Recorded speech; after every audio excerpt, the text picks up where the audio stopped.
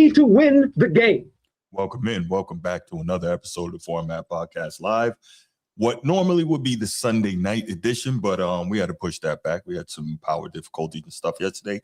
But here we are on Monday night making up for that, and we got a great show lined up for you.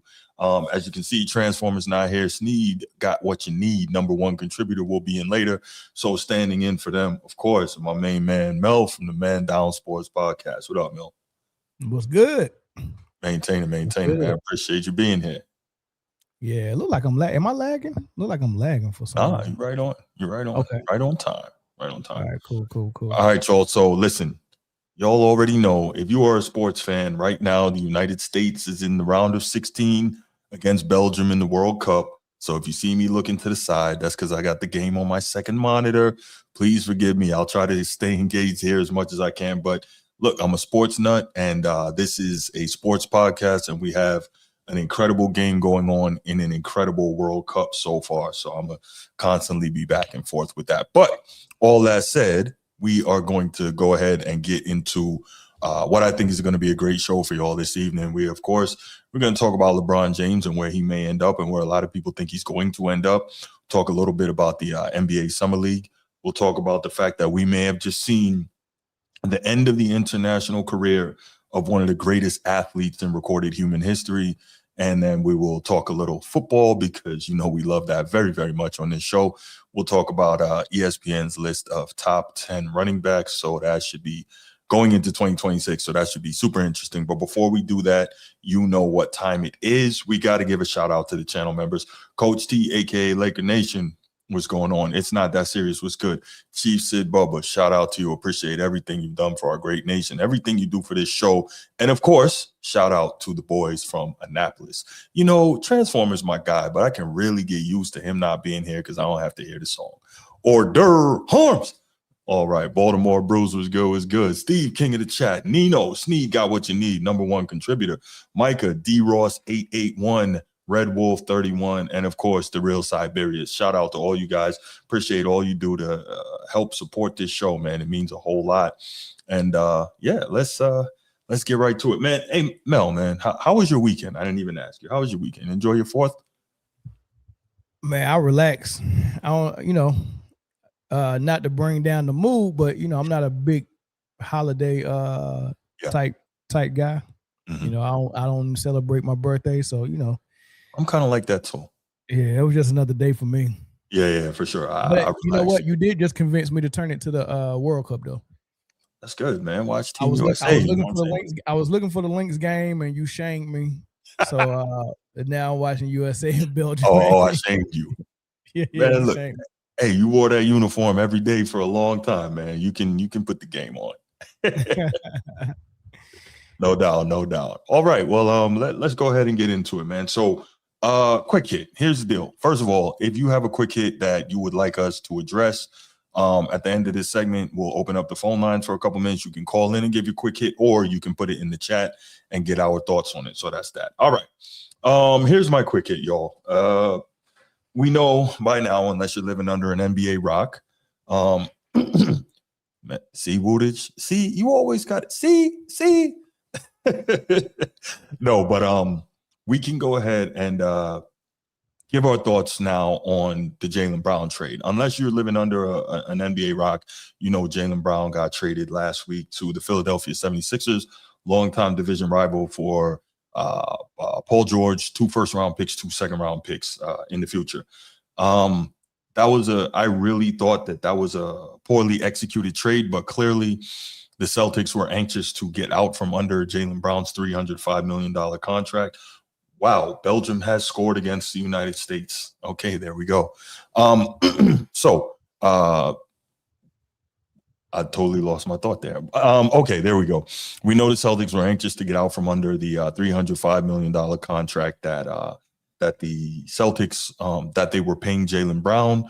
And we also know that either this year or next, he was up for an extension and he would be looking for a max extension, which, he has earned. Second team All-NBA this season, career year across the board in all his statistics. And as well, he was a top 6 MVP vote getter. So everything was in place. He proved he's easily one of the best players in the league, a maybe top 4 two-way player in the league, maybe top 2, depending on who you ask, between himself and Wembanyama. But, he's right up there among the most well-rounded players in the league. Really did a great job, blah, blah, blah. A lot of controversy. You all know the deal. I've given my thoughts on that whole thing, how it should have gone, who they should have traded, who they should not have traded. Obviously, I don't think they should have traded Jaylen Brown. It is what it is. But today, we got the opportunity to hear from Celtics, I think, president of basketball operations, Brad Stevens. He had some interesting thoughts. We've got a clip here, probably about a minute and a half. We'll go ahead. We'll do what we do. We'll play it, stop, respond, play it, stop, respond. And that'll be the first quick hit. All right. Yeah, Chief. Absolutely. Analytics, man. But really, before I even play this, let me respond to this. Chief says, these damn private equity groups don't know basketball, using analytics to get rid of JB. No, I don't believe they used analytics to get rid of Jaylen Brown. I think other teams around the league hid behind analytics not to trade for him, despite how good he is, because obviously he's well-spoken. He's an advocate for Palestine. We know that's a big no-no in a lot of corporate environments. And I won't try to get too much into the politics here, but we know that that's kind of what that is. Unabashedly Muslim, unabashed proud black man. If he sees or feels something is wrong, he's not going to stay quiet on it, which even a couple of years ago for the Paris Olympics, when he didn't make the Olympic team, immediately following having been named NBA Finals MVP, I knew what that was about. Because, and tell me if you think I'm wrong here, Mel, I believe without question that Team USA and the U.S. Olympic delegation was very afraid of sending him overseas, and him, if he was asked a question about Palestine and what was going on there, him saying something that would not have gone over well internationally. What are your thoughts on that? I agree with that 100%. I mean, I don't even think it needs to be much speculation on that, man. Exactly what it was. It wasn't a basketball decision for sure. Mm-hmm. And he's not a bad representation of the flag, because it ain't like you sending somebody over there with a whole bunch of off the court issues. So the only reason why you would not want him on that team is just, his being outspoken about certain things that that might come up, during his time there, so we knew that was what it was, though. Yeah, for sure. I don't know why, people were acting like, oh, wow, why wasn't he on there? Or, acting like he didn't have a right to be upset about that when he had demonstrated at that point, like literally just, a couple months before, that he was easily among the best players in the world. He was named NBA Finals MVP. Like, I don't know what more one would need to do to make the final cut of the Olympic team, but so be it. Okay, let's go ahead and let's hear what Brad Stevens had to say today.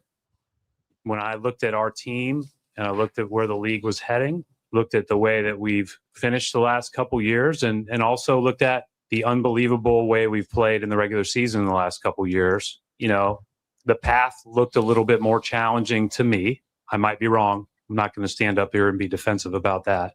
But the path looked a little bit more challenging with 70% of our cap and such a high percent of our usage tied into 2 players. So I think there's a lot of truth there, right?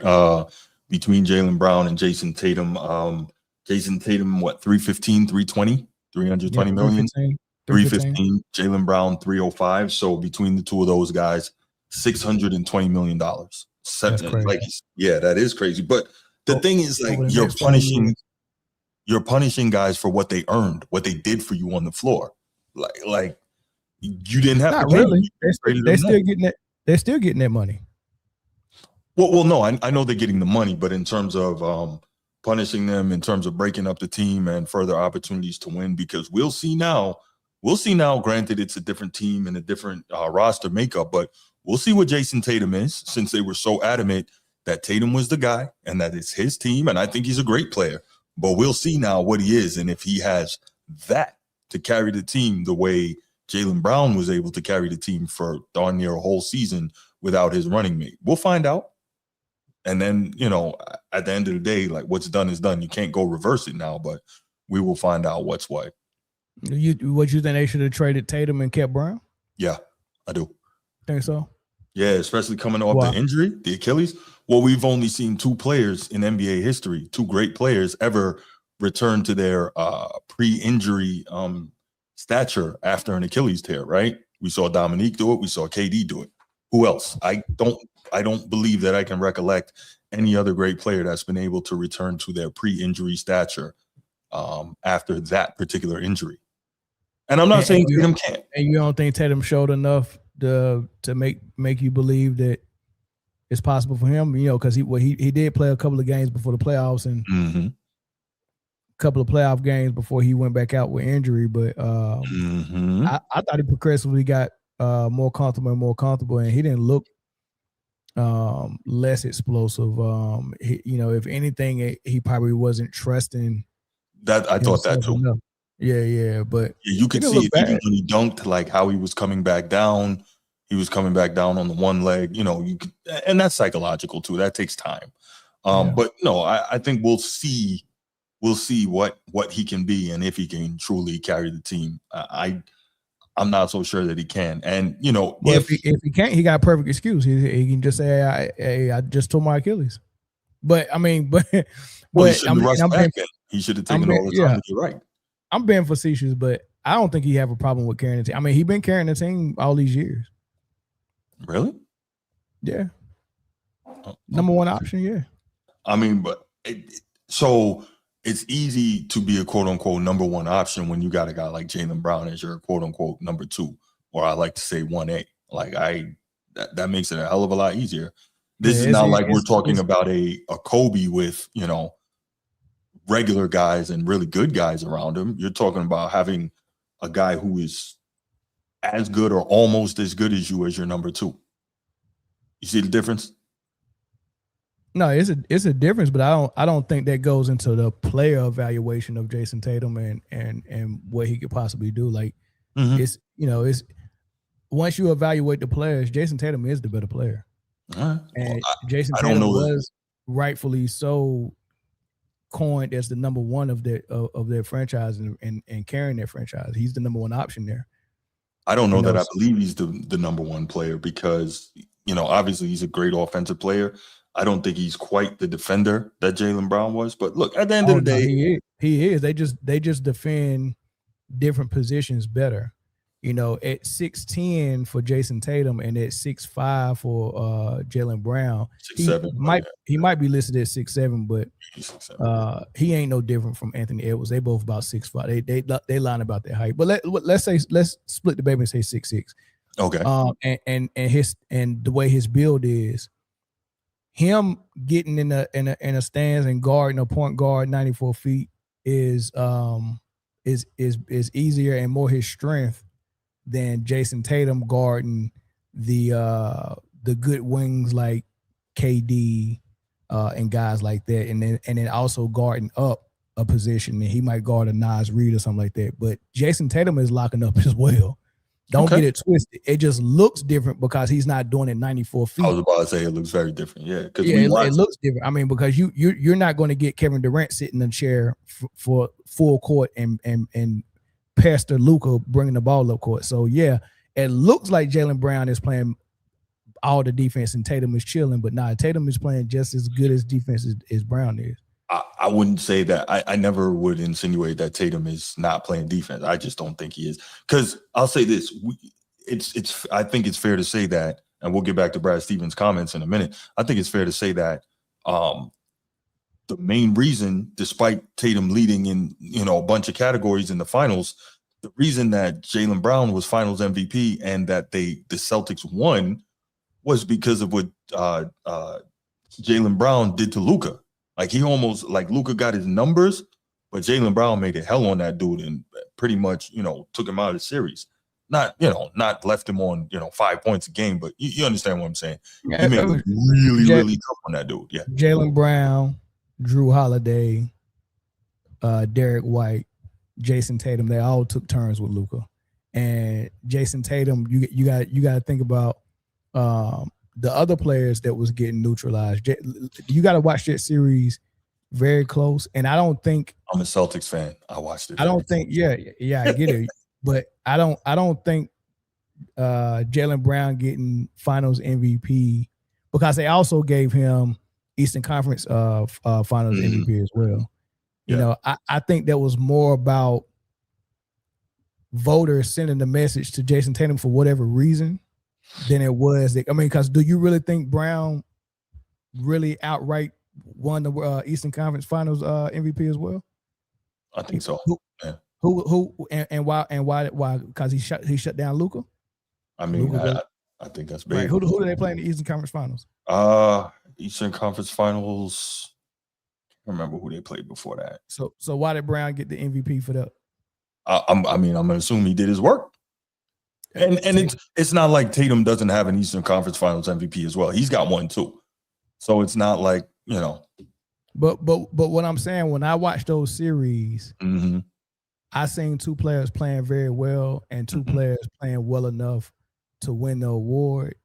And I've never seen it happen where the team leader didn't get the benefit of the doubt when it came down to the award. Because if Kyrie Irving performed just as well as LeBron James did in the finals, and it was close, do you see the voters voting for Kyrie for MVP? No, it's going to go to LeBron. Same thing with Kobe. I don't care who he played with. If Pau Gasol and Kobe played even, the voters is not going to give it to Pau. But for some reason, there's a thing with Jaylen Brown and Tatum from the media's perspective. And they've always been like that with those two guys and kind of I don't know what that. Yeah, they've been trying to break them up for years. And when it was close, it was almost like we go vote for Brown. I mean, I don't know why they would. When have we went to the number two guy if it was even? Like it's almost like the tie goes to the runner. If Brown was going to beat Jason Tatum out for MVP in the finals or the conference finals, you got to do far and beyond what Jason Tatum did, and he didn't do that. Well, I'll say the other thing is this, and then we'll get back to Brad Stevens. I'll say the other thing is, and it may not be, if I'm not mistaken, in the NBA Finals, Jason Tatum shot very poorly from the floor. So he did a lot, no question. I think he shot very poorly from the floor. So that probably hurt him as well, too. So, you know. And then I think, remember, that was the finals that everybody was like, this is Luka's coronation. It's his coming out party.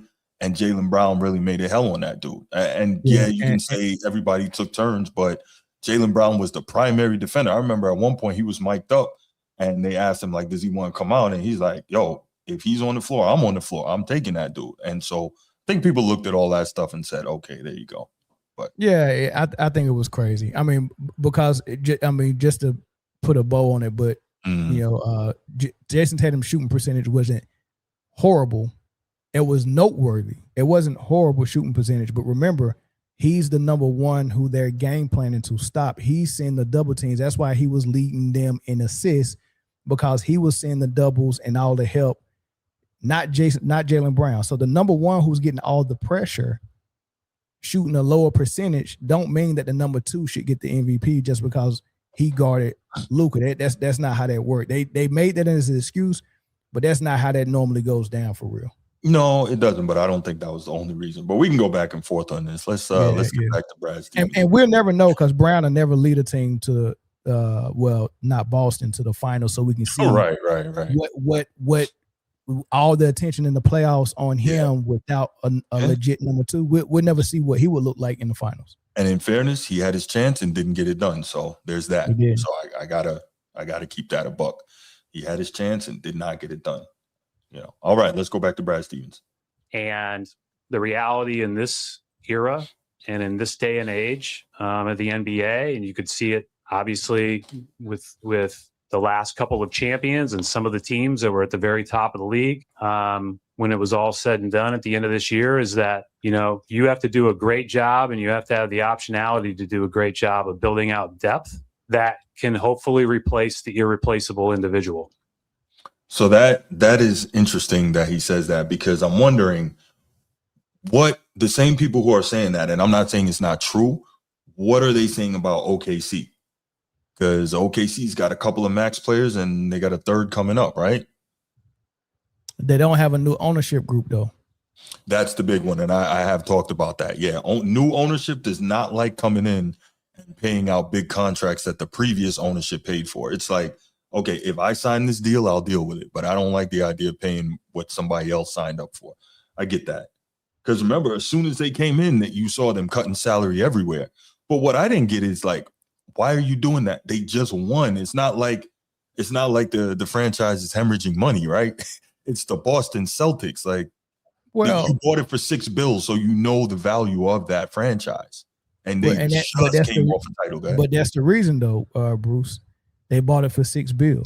So if me and you put together an ownership group to buy out, I don't know, let's say we buy out Gil's Arena. We get an ownership group and say, let's buy a podcast channel. Let's buy Gil's Arena. And we just, I don't know, scraped up money and got money this and that. Let's say we bought it for $1 million or something like that. I don't know. 5 million. Let's say 5 million. Okay. Right. Are you looking to come in and pay Gil's salary, McCant's salary, Josiah's salary, and everybody else's salary and the production crew salary? Or we just spent 5 million, so we got to figure out how to lower costs some type of way? So I get the rationale behind that. My problem is the reason we paid 5 mil is because this thing is a successful venture, right? So why would I come in, ruin what has made it successful, and then possibly lower the value of it and lower my freaking ROI? That's my thought on it. Because I don't think they think they're lowering the value. I don't think they think they're lowering the value, and if they do lower the value, I don't think they think it's lowering enough to where it offsets what they was gonna be spending. Like if the value stay high, but you're spending that much money on 2 players, like Brad Stevens said, and you can't fill your roster out, and y'all ain't able to get the wins like y'all want to. I mean, at some point, fans go want to see a change. On top of the fact they just spent $6 billion. Okay. Right. I'm not spending $6 billion and then coming in and having the highest salary in the league. We're not doing that. We'll figure something else out. We'll start over. No doubt. Let's continue with Brad Stevens. And that's not an easy thing to do, right? And we get that. And that's absolutely nothing against Jaylen, right? If you have Jaylen Brown on your team, you should feature him. You should use all those possessions, and you should approach things that way. But I think the importance of depth, and then obviously we have to continue to work on ways to diversify our attack. That was a big one for me. We have to continue to find ways to diversify our attack. Do you think that was more commentary on the roster construction or the way that they are coached and playing? Because I don't know how much you've heard it. For the last few years, I have been whining and complaining about freaking Joe Mazzulla and his coaching and shooting the Celtics, out of the damn playoffs with all these bad threes instead of running real offense, especially when these games are down to the wire and they have opportunities to win these games, but they lose them because they won't stop with the threes. What did you think about his commentary there? Do you think it was commentary on that or more so roster construction? It could have been both, but I know 100% it was based on salary and roster construction for sure. Because I mean, he's right. And another thing, what I'm finding out by hearing him talk about this is same thing with Nico Harrison. This wasn't a GM move. This was an ownership move. Like this was 100% an ownership move. Yeah. They told him, we don't want to pay. Get it done the best way you can. We're not going to be paying $200-300 million guys. We're just not doing it. Right. So he had his marching orders and he did what he found a trade that that he thought could help the team. And I don't blame him, man. It's tough. The new CBA is making it really hard for you to have 2 guys with that type of salary on your roster. Yeah. You're making it really tough. It's almost like it's punishing you for drafting and developing smart. Isn't that crazy? You draft 2 guys, you develop them into dual all NBA players, but then the CBA is punishing you and telling you, hey, you can't keep them, even with bird rights and all that. I mean, I guess you could, but you get the point. Well, I guess it's one of those things where like we say in the streets, where if you're dating a girl, she's not your girl, it's just your turn. Sometimes you gotta think, if you got 2 superstars, one of them ain't really yours. That's how you gotta think about it. If you draft 2 superstars and raise them both up, one of them ain't yours. You got to get one of them up. Mm-hmm.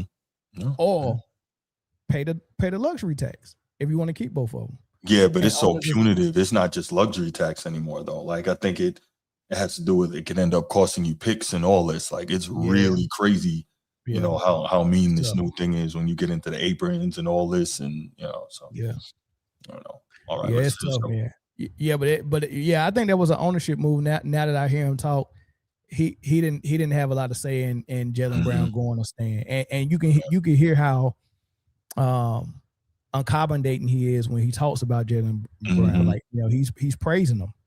Yeah, he's praising him as much as he can without saying I didn't want to trade him. Right.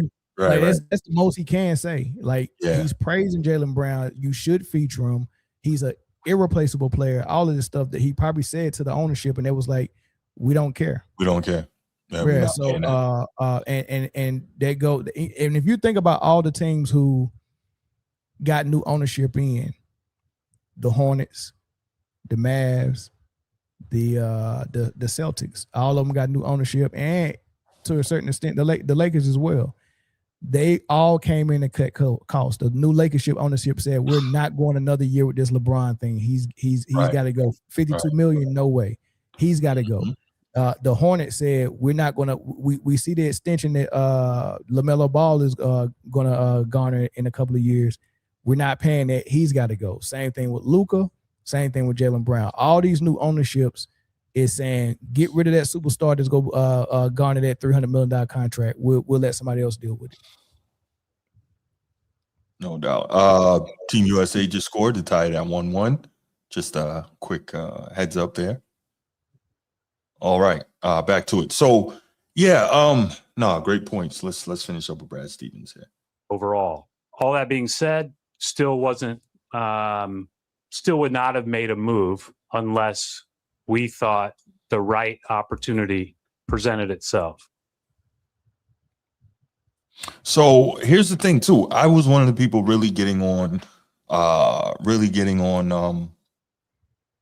Boston for accepting a deal that I thought was less than the value. I mean, you never get true value for a superstar in a trade, but accepting less, getting, Paul George, 2 first round, 2 second round. So apparently they wanted VJ Edgecombe and 5 first round picks, and Philly was like, no, they were not going for it. So, 5. Yeah. That's insane. But I mean, it's a negotiation, right? You start high. But they wanted Edgecombe, and Philly was like, no, we're not doing it. So, and like you said, clearly, he got the marching orders from on high, and he was like, hey, you gotta get this guy out of here. All right, so that's our thoughts, man. You got any final thoughts? I know that was supposed to be a quick hit, ended up turning into a mini topic. Got any final thoughts on Jaylen Brown and Brad Stevens and what he had to say? No, just it sucks, man. It sucks. CBA is tearing these things apart, but it's all good because after this get finished doing what it do, you're gonna see a lot of parity around the league. You're gonna see teams with the one superstar like Jordan surrounded around a co-star that just go make decent money but less than Jordan, and then role players. And that was a good NBA when it was like that. Every superstar had their co-star. It was either Bird McHale, Karl Malone Stockton, Jordan Pippen, Shaq Kobe, Big Dog Glenn Robinson, and Ray Allen. Everybody had a 1-2 punch, right? With role players, and I think we're going to see that more. And they're gonna have to figure out that this is the way forward. Yeah, no, I like it. Real Siberius was good, man. Shout out to you. Appreciate you being here. Yeah, no, absolutely. All right, Mel. Good stuff. Let's take a quick couple minutes. Take a couple calls. 904-219-8264. 904-219-8264. We want to hear from you. What did you think of Brad Stevens' comments today regarding the Jaylen Brown trade, and what do you think about it overall? Let's keep them quick so we can move on to the first topic of the show. Caller from Maryland. Who's this? Yeah, this is Bruce. What up, man? How you feeling? I just want to be real brief. Mel hit it on the button. It's a business move. You're not going to pay the two guys that much money. They're not going to put their franchise in financial peril. They're just going to basically, that's just everything Mel says. I ain't got too much to say. Mm-hmm. He said it perfectly. It's all about the money, baby. But they paid the wrong guy. Truthfully, to me, I think so. I would have kept Brown and shipped off Tatum. What you say, Bruce? I think so too. I agree. So, wow. That's all I gotta say, man. Mill, you hit on the button again, brother. Peace. I'll hit you on the next one. I appreciate it. All right, bro. Okay, Belgium is up 2-1 now. They just scored again. I keep missing these things. Wow. Oh my goodness.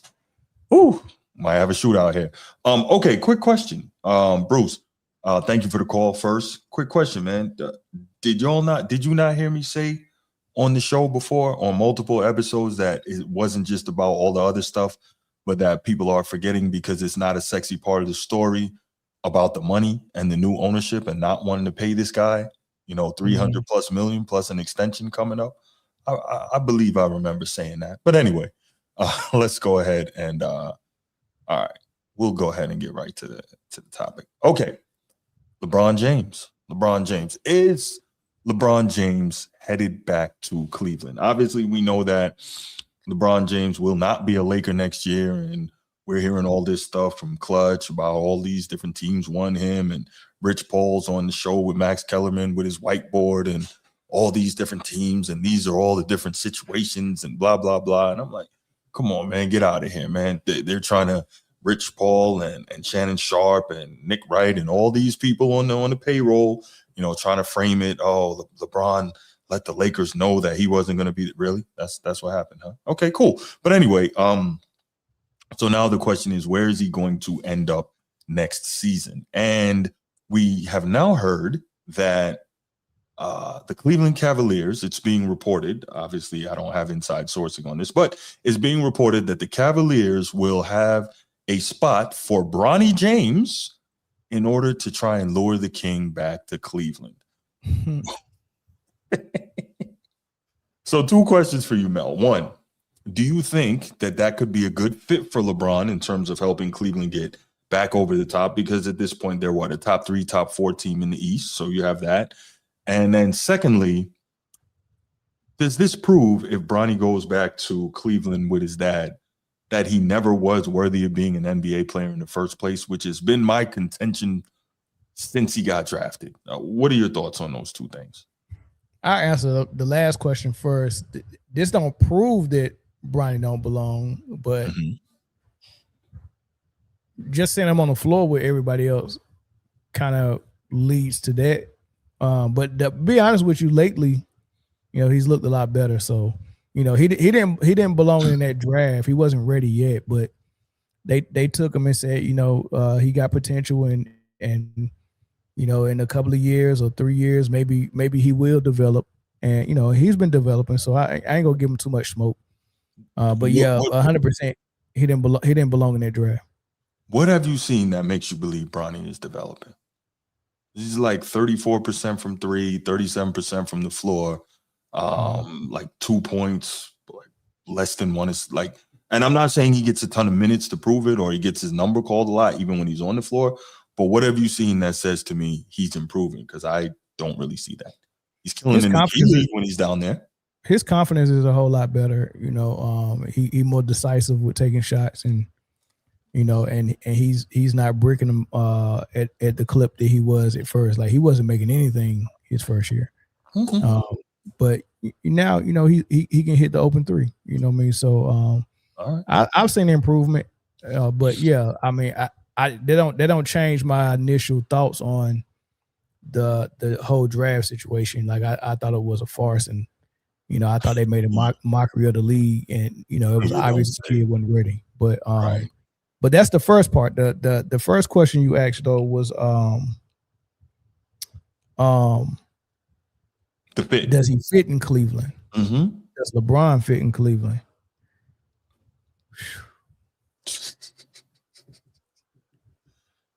It's tough because yes, I think LeBron can fit. I think the challenge would be if he wants the ball or will he continue to do it kind of like he did it in LA when Reeves and Luka both were healthy, where he was just completely off the ball, kind of playing like Aaron Gordon a little bit? Mm-hmm. Hell yeah. And I'm gonna be honest with you. And it's crazy that I'm about to say this, but at his old age of 42 and how his body's been holding up and how he's been able to stay away from injuries and major injuries and knick-knack injuries. And I'm looking at Aaron Gordon in Denver with all his injuries, even though I think Aaron Gordon is absolutely he's the younger player, so he's the better player. And actually do a lot more too. He's playing defense as well. But if I really had a choice, if I wanted to plug in a guy to just roam as a slasher, and that was between Aaron Gordon and LeBron on Cleveland, I probably would pick LeBron. I think I will pick LeBron. Now, I know I'm not going to get the defense that Aaron Gordon is giving me, but I'm scared of Aaron Gordon's soft tissue injuries. And if all else fails in the fourth quarter, I can give LeBron the ball and he can do some things and kind of take over. Well, I would say I agree with you almost completely on that, actually. The only question I would have is because, obviously with age, your explosiveness wanes, and how many times you can get downhill in the fashion that you could, being one of the best downhill players in the history of the game, right? How many times a game he can still do that is iffy. That's why he's shooting so many more threes and so many more even mid-range jump shots. Like those are, especially the threes, those are what we call the bailout things, right? That's why I get so upset with Embiid and why I get upset with Tatum. Too many times you bail out the defense, but it's because maybe you can't do something else or you don't have the energy or the injuries or what have you. And so I don't think that LeBron, you can give him the ball because he's not the same slasher that he was. You know what I mean? So I think that's problematic. I totally get you in terms of Aaron Gordon and the soft tissue injuries. It's just we now have a whole nother year on LeBron. And did he play fairly well last year in LA? Yes, but here's the other problem. He's the greatest Cavalier of all time, without question, right? Will his ego, the great player ego, and knowing he's the greatest player in franchise history, except for that franchise, of course, should he go there, except being a tertiary option for that franchise? See what I'm saying? I think that's where we kind of come into something. Yeah. I mean, yeah, it's tough, man. I mean, for the storyline though, I think Cleveland. I was going there next. Cleveland would be good. Basketball wise, I mean, I'm impressed with LeBron being able to, kind of be a chameleon and fit in with his game, because that wasn't his strong suit early on. Like, he had to be the guy with the ball, and I think he's kind of developed a little bit beyond that, where he could be off the ball, and then the jump shot is better, the 3-point shot is better, and even his mid range is a little bit better. So yeah, he's not elite at none of those things, but he could do it, and he's still LeBron, and he's so much more experienced than so many people in the league, man. So he still got that mental edge, and he can affect the game. He really can, man, and I think he's a good leader too. So, Cleveland works, but there's a lot of places that works for LeBron. I mean, I'm singing his praises right now. There's a lot of places that work for LeBron because. You think so? I don't think so. Yeah. I think one of them are here in Minnesota. I'm like, I think he would have a lot of trouble there. Minnesota, young athletic team that's going to want to get out and run. Yeah, with LaMelo Ball running and throwing the ball away. He would love that too, because he like to get out and run. But I think Cleveland fits. It was another place that I thought fit. I don't like the New York thing. I've heard that Golden State. Not a big fan of that either. But Minnesota and Cleveland, I like. There was one more that I'm forgetting. What's the other one I'm forgetting? Minnesota, Miami. Nah, I didn't like Miami. Yeah, I didn't like Miami. Philly. Philly was another one. Yep, Philly, Cleveland, and Minnesota.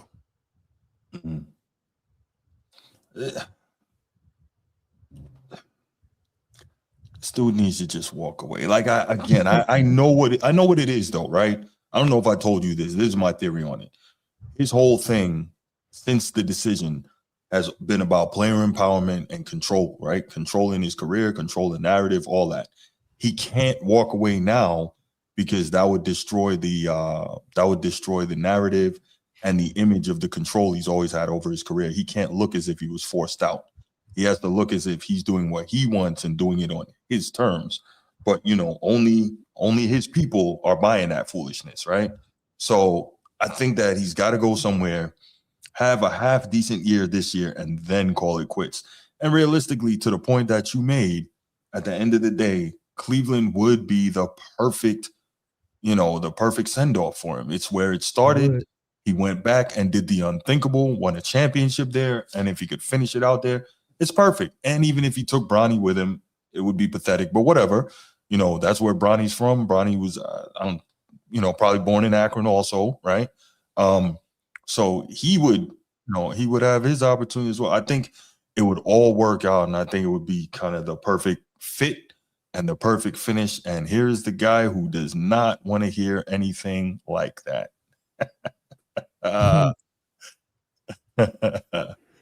Steve Stevenson, CFO. What's going on, brother? LeBron is actually looking for, because you've got to know LeBron is documenting and recording his last dance right now, right? He's documenting. Dude is such a biter. Like, why he can't be original? Anyway, yeah, he is. So he can't end it like you just said. Like he's looking for what's going to end his storybook, the best. So that's what he's looking for, and it couldn't have been like this summer. Like he would never end it like this summer. Right. So he's looking for the situation where he could see the ending of the story. I'm ready, man. I'm ready. Steve Stevenson, man, come on, give us your thoughts on the new reports that LeBron could be headed back to Cleveland and that the Cavaliers will have a spot for Bronny to entice LeBron to go there. All of you should be ashamed of your damn selves. All of y'all. Straight up. So here's why you all should be ashamed of your damn selves. And I'm telling you right now, bro, you guys better call someone after this damn show. Get your souls right. You guys just want to sit here and pander and entertain these silly little stories. Why? Why do you think he acts the way he does? Why do you think he acts this way? Why? Because he loves the attention. Sneed, I'm just there saying is not a single basketball argument to have about this. Because if you look at the roster construction and you listen to these people tell you what they thought of the last season, I'll rewind for you because apparently you guys forgot everything.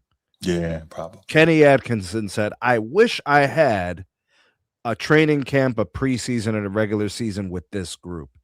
That was followed by Donovan Mitchell saying the same damn thing, which was followed by James Harden saying the same damn thing. James Harden, Sneed. I'm just telling you what they said. Okay. And then what should have happened was Kenny Atkinson being fired, but they didn't. Well, that's because they won analytically. See, they did win analytically. This is why you call the person who loves you the most after the show and you ask them to tell you what you've been doing wrong, bro. So they said these things in their briefings, these conferences and these end of season, whatever, these things. And then the owner co-signs everything and the GM co-signs everything. Where's LeBron's place in this? You tell me. You got a team that just went to the Eastern Conference Finals, hasn't been there since LeBron, and now all of a sudden these guys are on the precipice of getting there, and you're telling me they want LeBron back for what? For what? Go on. This is not rhetorical. Answer the question, Bruce. For the championship run. Because Or LeBron his- is a championship player today, huh? Mel? Well, you know, his leadership and his basketball intelligence and There you IQ. go. What did his Oh, what? leadership and his basketball intelligence do in 2023 4 years ago? I'm just telling you what they say. 4 years ago when he was 37. A reminder, he's 41. Sneak, can I interrupt for 1 second and ask a question? Do you normally make it a habit of shooting the messenger? We just saying what we see. And what's Why being we reported. getting the smoke? Because you guys are glossing over everything that has to do with basketball. You're doing everything else. Everything else. You want to take the logic and just throw it out. And you want to pander and play with the stories. Hey, man, So I have Dr. Seuss in front of me. Bruce Hope is Dr. Seuss today because he wants to tell stories. Yes, I am. Green eggs and ham. Tell the There you stories, go. Bruce. Go on, pander. I do not like that. And Mill, you're co-signing. So you're the co-author of these children's stories. First of all, we're just talking about what's being reported. That's all I'm saying. That's it. That's all. But man. none of you are questioning the actual basketball decision. Look, What man, would the Cavs be saying? This is the same guy, Dan Gilbert, who wrote that letter about LeBron. This is the same guy who you know damn well wants nothing more than to win one without him. Well, you know, While he's still in the damn league. Well, he was allegedly at Dan Gilbert's house for a couple hours recently last week, right? I'm good, bro. I'm done. I'm through. Yeah. We're good, bro. We're good. We're good. All right, let's open up the phone lines, man. Let's open up the phone lines. We'll take a couple calls.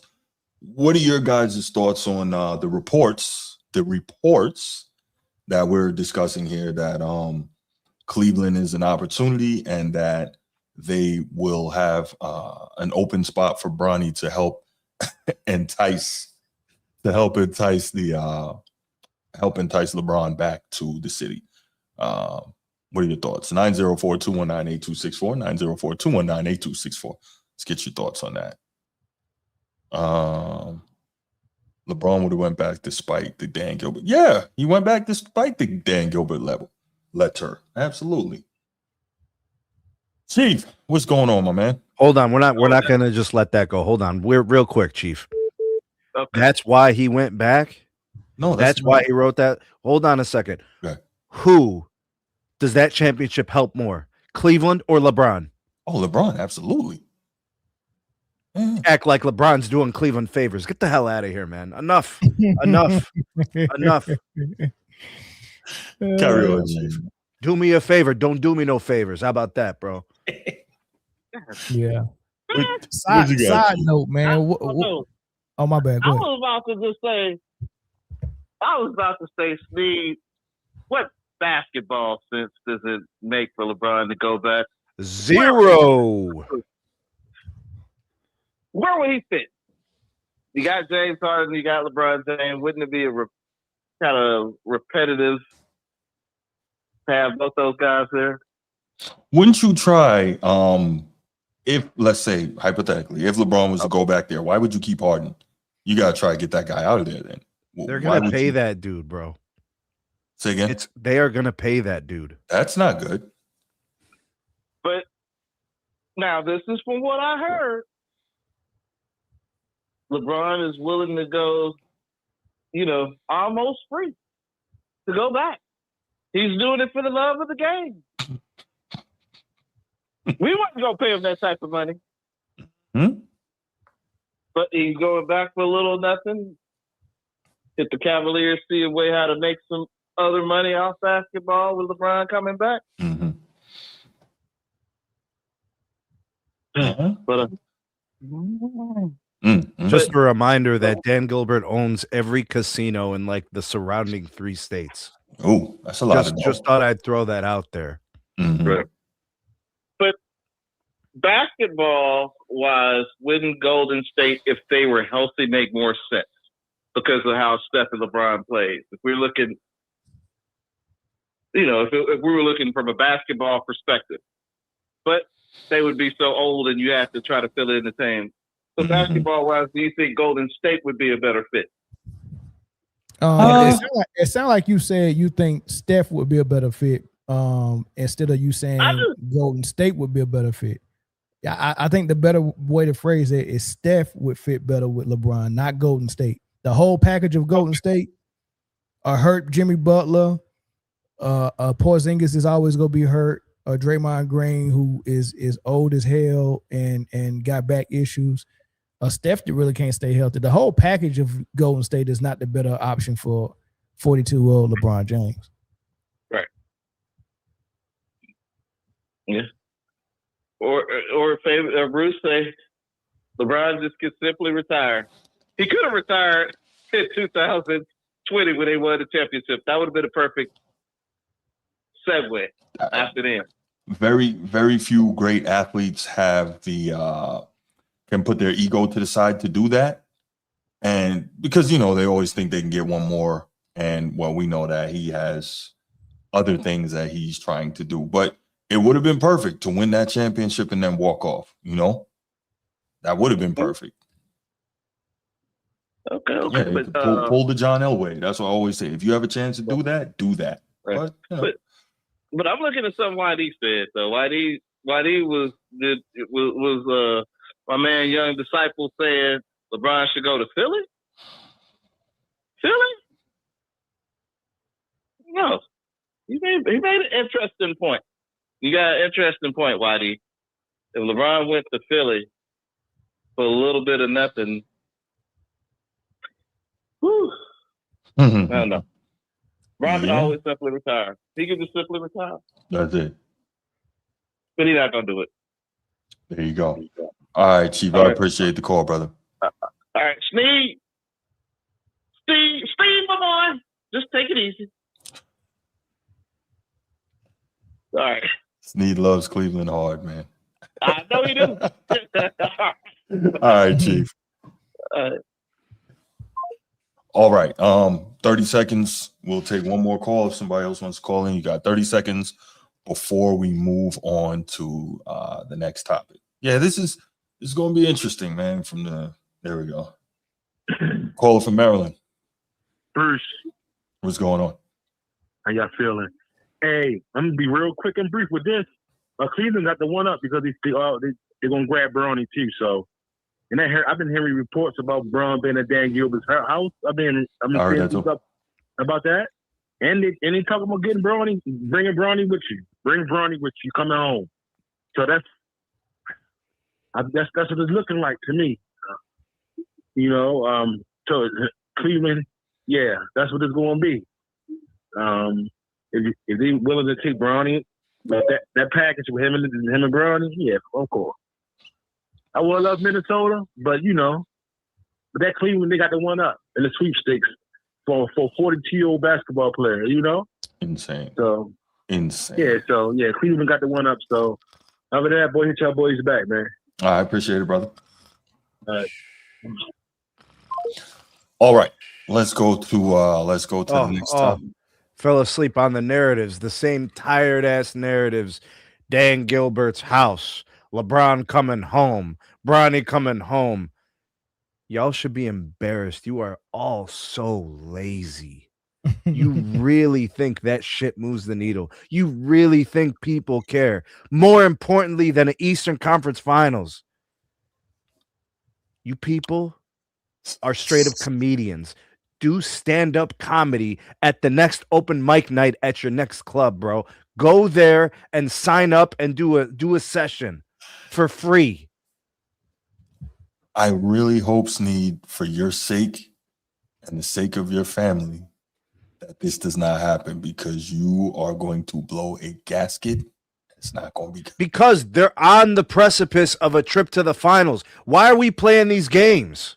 Nobody else does this. Nobody in the NBA does this. You guys want Cleveland to do this stupid shit. I don't want them to do it. I'm just saying. We're just talking about what's going on. Back up to the Cleveland Cavs been on the cusp of going to the championship, though. That's real? I mean, they were in the Eastern Conference Finals, so they were one step from playing for the chip. I think that's what Snead is saying, if I'm correct. Ain't no way. I ain't going to no championship. Just saying. I didn't say they were going to win a championship. I said they're on the precipice of getting to the finals. They got to the Eastern Conference Finals. It's going to be harder next year. Why you bringing new variables? This doesn't even make any sense. If LeBron is on the Cavs, he's the best player on your team. Nah, not at this point. Not at this point. That's nah. Who the best player on the squad if LeBron's there? Yeah, this is crazy. This is crazy. At this point, yes. Not, career-wise or historically. Okay. This is interesting. Horizon Vibe says Adam Silver will never let the Cavs make the finals without LeBron. That's interesting because that interesting. All right, all right, Steve, king of the chat. Let's make it quick, brother. What you got? Man, I need a little bit more positivity when you answer the phone, bro. What is that? Well, we were trying to move on, but you called late. What you got, brother? Get it out, Steve. I get Snead attached to this because he's a Cleveland guy, but and he's upset that nobody's talking about the basketball aspect of it, and it's lazy. I get where you're coming from. You're not wrong, but is this about basketball or is this about a handcrafted legacy and career path for LeBron? You know what I mean? Like, let's say he's filming the final season of LeBron's career, wouldn't it sound better in theaters? You know, if it ends in Cleveland where it started, it's a storyline. I just don't. I think it's more about a narrative than it is about basketball. It has nothing to do with basketball. It hasn't been that way with LeBron for how many years now? So those are my thoughts. I get where Snead's coming from. Like, he's not wrong, but it's not about basketball. It's about whatever the league and this marriage with LeBron and how are we going to send him off and make it like the most grandiose thing in the world. I think that's the priority, not winning games in Cleveland or winning a championship in Cleveland. But anyway, those are my thoughts. No doubt, Steve. Steve, appreciate the call, man. But all right, fellas. All right, brother. All right, man. All right. Question. And let's try not to let this go down the rabbit hole before we move on. New Deal, New Me says, why Buddy laugh? He got to be talking about Steve. He hate Bron that much. This is a simple question. Real talk. I'm not trying to troll any of that. Why does everyone have to love LeBron? Somebody please explain that to me. That's all I want to know. Why do LeBron fans think that everybody has to love him? Why? I don't know. If you're not worshiping at the altar, you hate the man.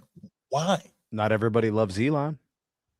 Not everybody loves Superman. Some people like Batman. Not everybody likes Macho Man. Some like Hulk Hogan. Not everybody loves Jordan. Yeah. Not everybody loves Dream. I don't know. I don't know why you just can't. It's life. Did we just get born yesterday? I've worked for bosses who I didn't like. Yeah. You get the job done. It's your contract. Mm-hmm. There's customers you don't like. You serve. It's business. For sure.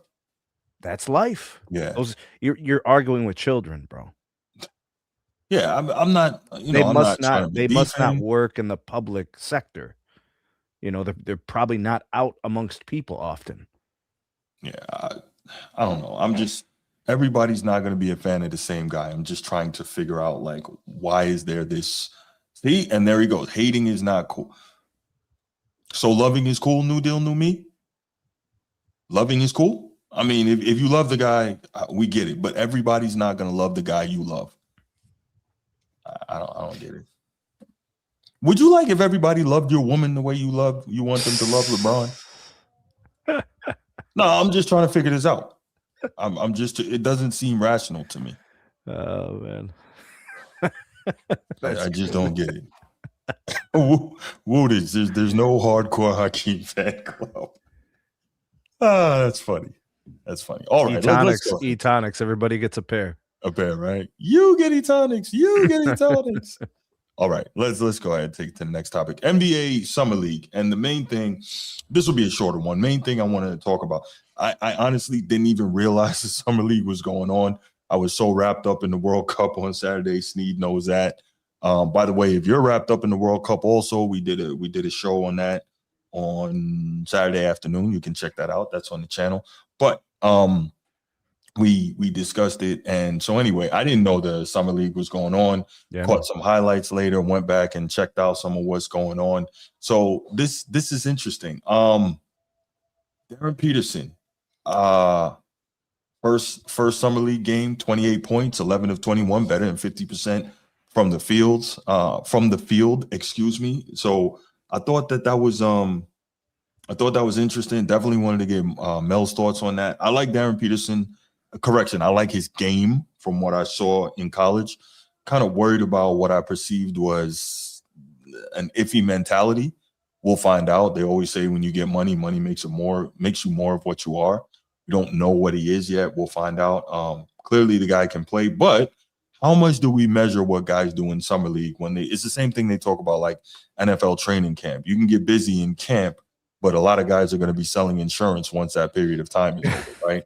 So it's like, how do you measure that versus projections of what they're going to do when the regular season starts? I'm going to start with you, Mel, and then we'll get to Steve Stevenson.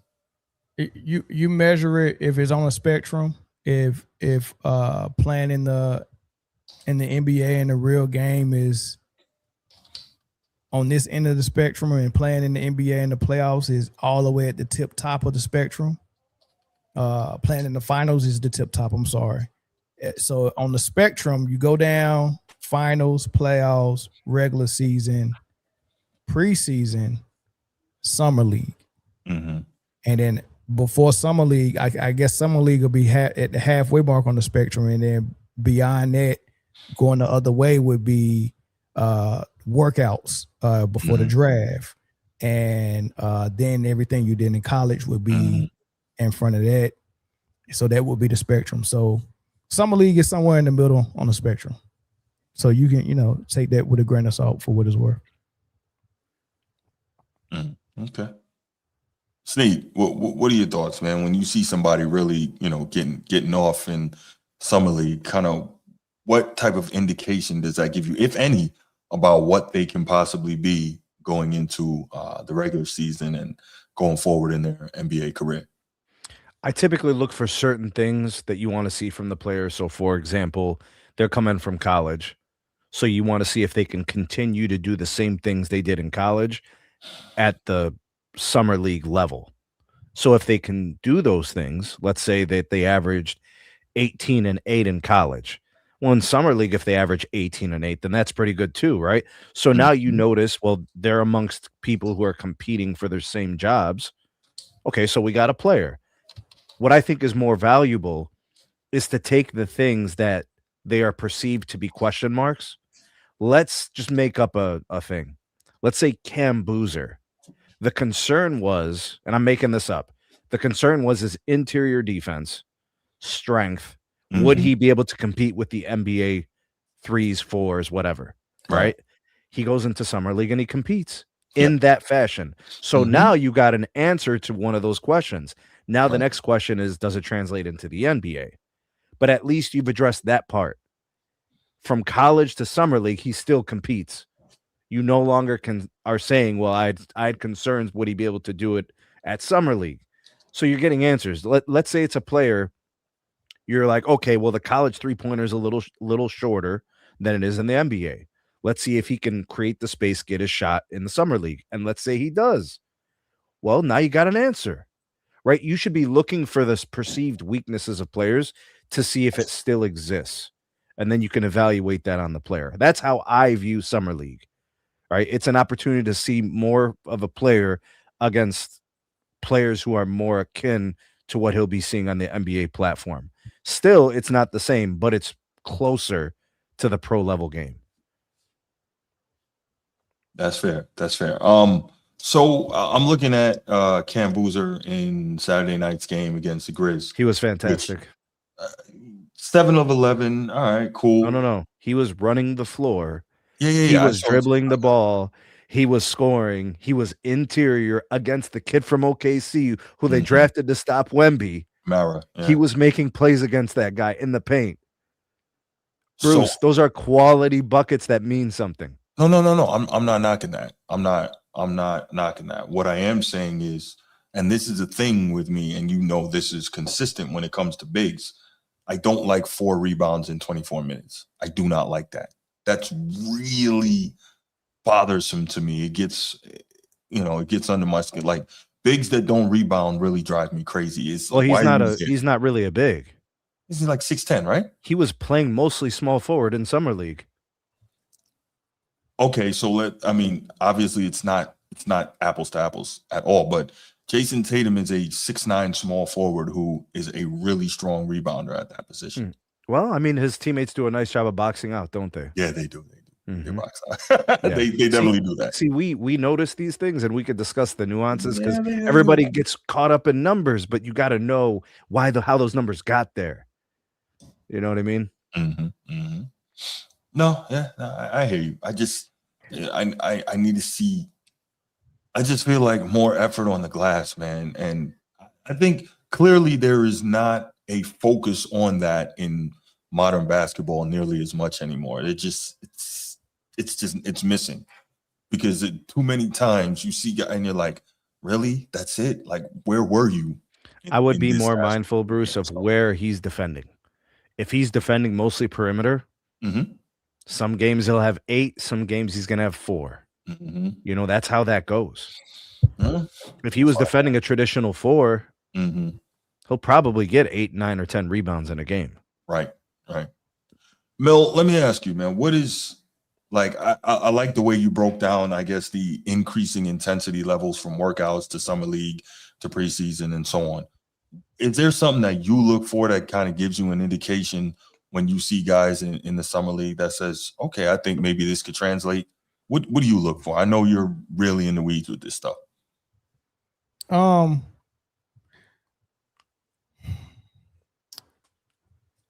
It depends on what you got, right? So if you're evaluating a player like a top pick like AJ DeBance or Darren Peterson and Cam Boozer, these 3 guys were supposed to be head and shoulders above everybody that was in the draft. It'll be a red flag for me to see them get into summer league and not dominate everybody that's in summer league. Even some of the guys that are 2nd-year players and 3rd-year players in the summer league, I'm looking for these top 3 guys to be able to dominate. Even Wilson and Caleb Wilson in Chicago, I'm looking for him to dominate. Those 4 guys especially. And so if they're not dominating, then okay, that's a red flag. Why aren't they dominating? Right? Is it a mental thing, or do they not have the elite physical attributes that they could, exert their prowess over these other guys, right? So, but if they do dominate, they don't give you, oh man, this guy's gonna be a star. They don't give you that. It'll be like, okay, I expected that. All right, let's move on to the next. I need to see you in a regular game. And that's why you see these young guys come in and have 2 good games where they dominate, and then the team pulls them for the rest of the summer. Yeah, I've seen enough. You came out game 1, scored 30. Game 2, you scored 30. All right, that's it. You done for the summer league. All right, we pulling you. But if they struggle in the first couple of games, they end up paying the whole summer league. So we go see. We watch. I guarantee you, Darren Peterson won't finish this entire summer league. He came out and dominated game 1. Yeah. And he's blowing by people and getting wherever he wants to making all this stuff. I'm like, there's nobody on the floor that can actually stop him from getting to a spot. He's just phenomenal, right? He was he stuck out like a sore thumb on the floor.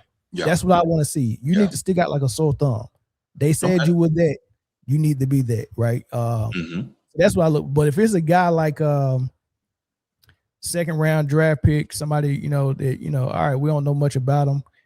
Hey man, show me something that you can do to make a team. Like what one thing that you can do, right? Are you elite defensively? Are you elite rebounder? Are you elite shot maker from 3? And are you a hustle guy? Show me something. I'm looking for all types of stuff, right? but I'm looking for different things depending on the expectations of the player and what they made their name with.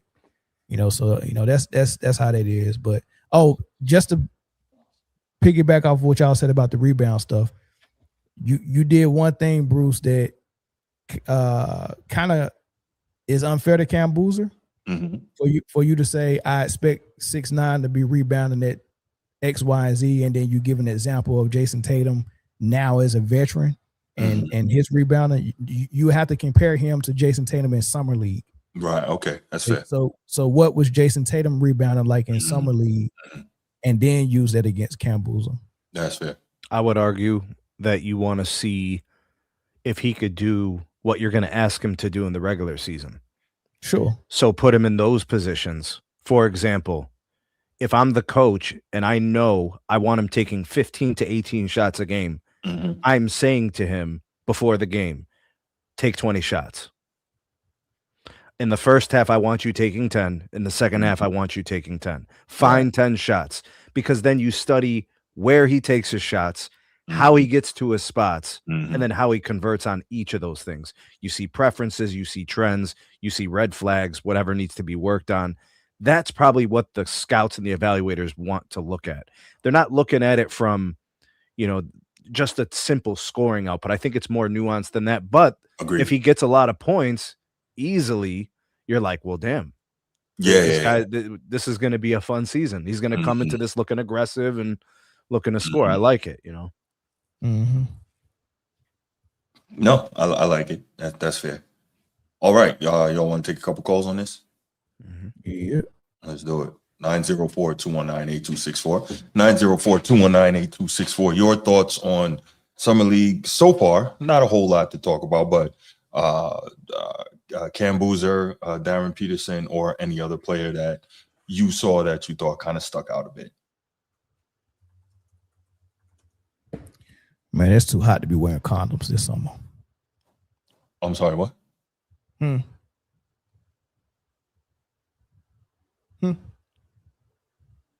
What? Okay, I thought it was me. What? Mel, did you say something? That seemed really random, sir. Very. What's up, Bruce? It didn't fit, bro. Yeah. Okay, I thought it was me. That was kind of wild. How are you gonna act like nothing happened, bro? I was just laughing. Like he was just cool. Like, right. Yeah. Bro, you're funny. That's wild. If anybody was wondering, he's trying to decide between apartment or condo. That's what he said. Apartment or condo. Sheesh. Let me say this real quick, Bruce. Hey, man, I just want to think that they be a month away from some actual football action. That's all. For sure. And I'm just, Jesus, man, can't wait. Before the Summer League, Darius Acuff showed me a lot the other day. Showed me that he's NBA ready. 29 shots for 25 points, though. He was gunning. Yeah. But he showed his aggressiveness. Yeah, you're right, though, Mill. How many times you went to the line that game, though?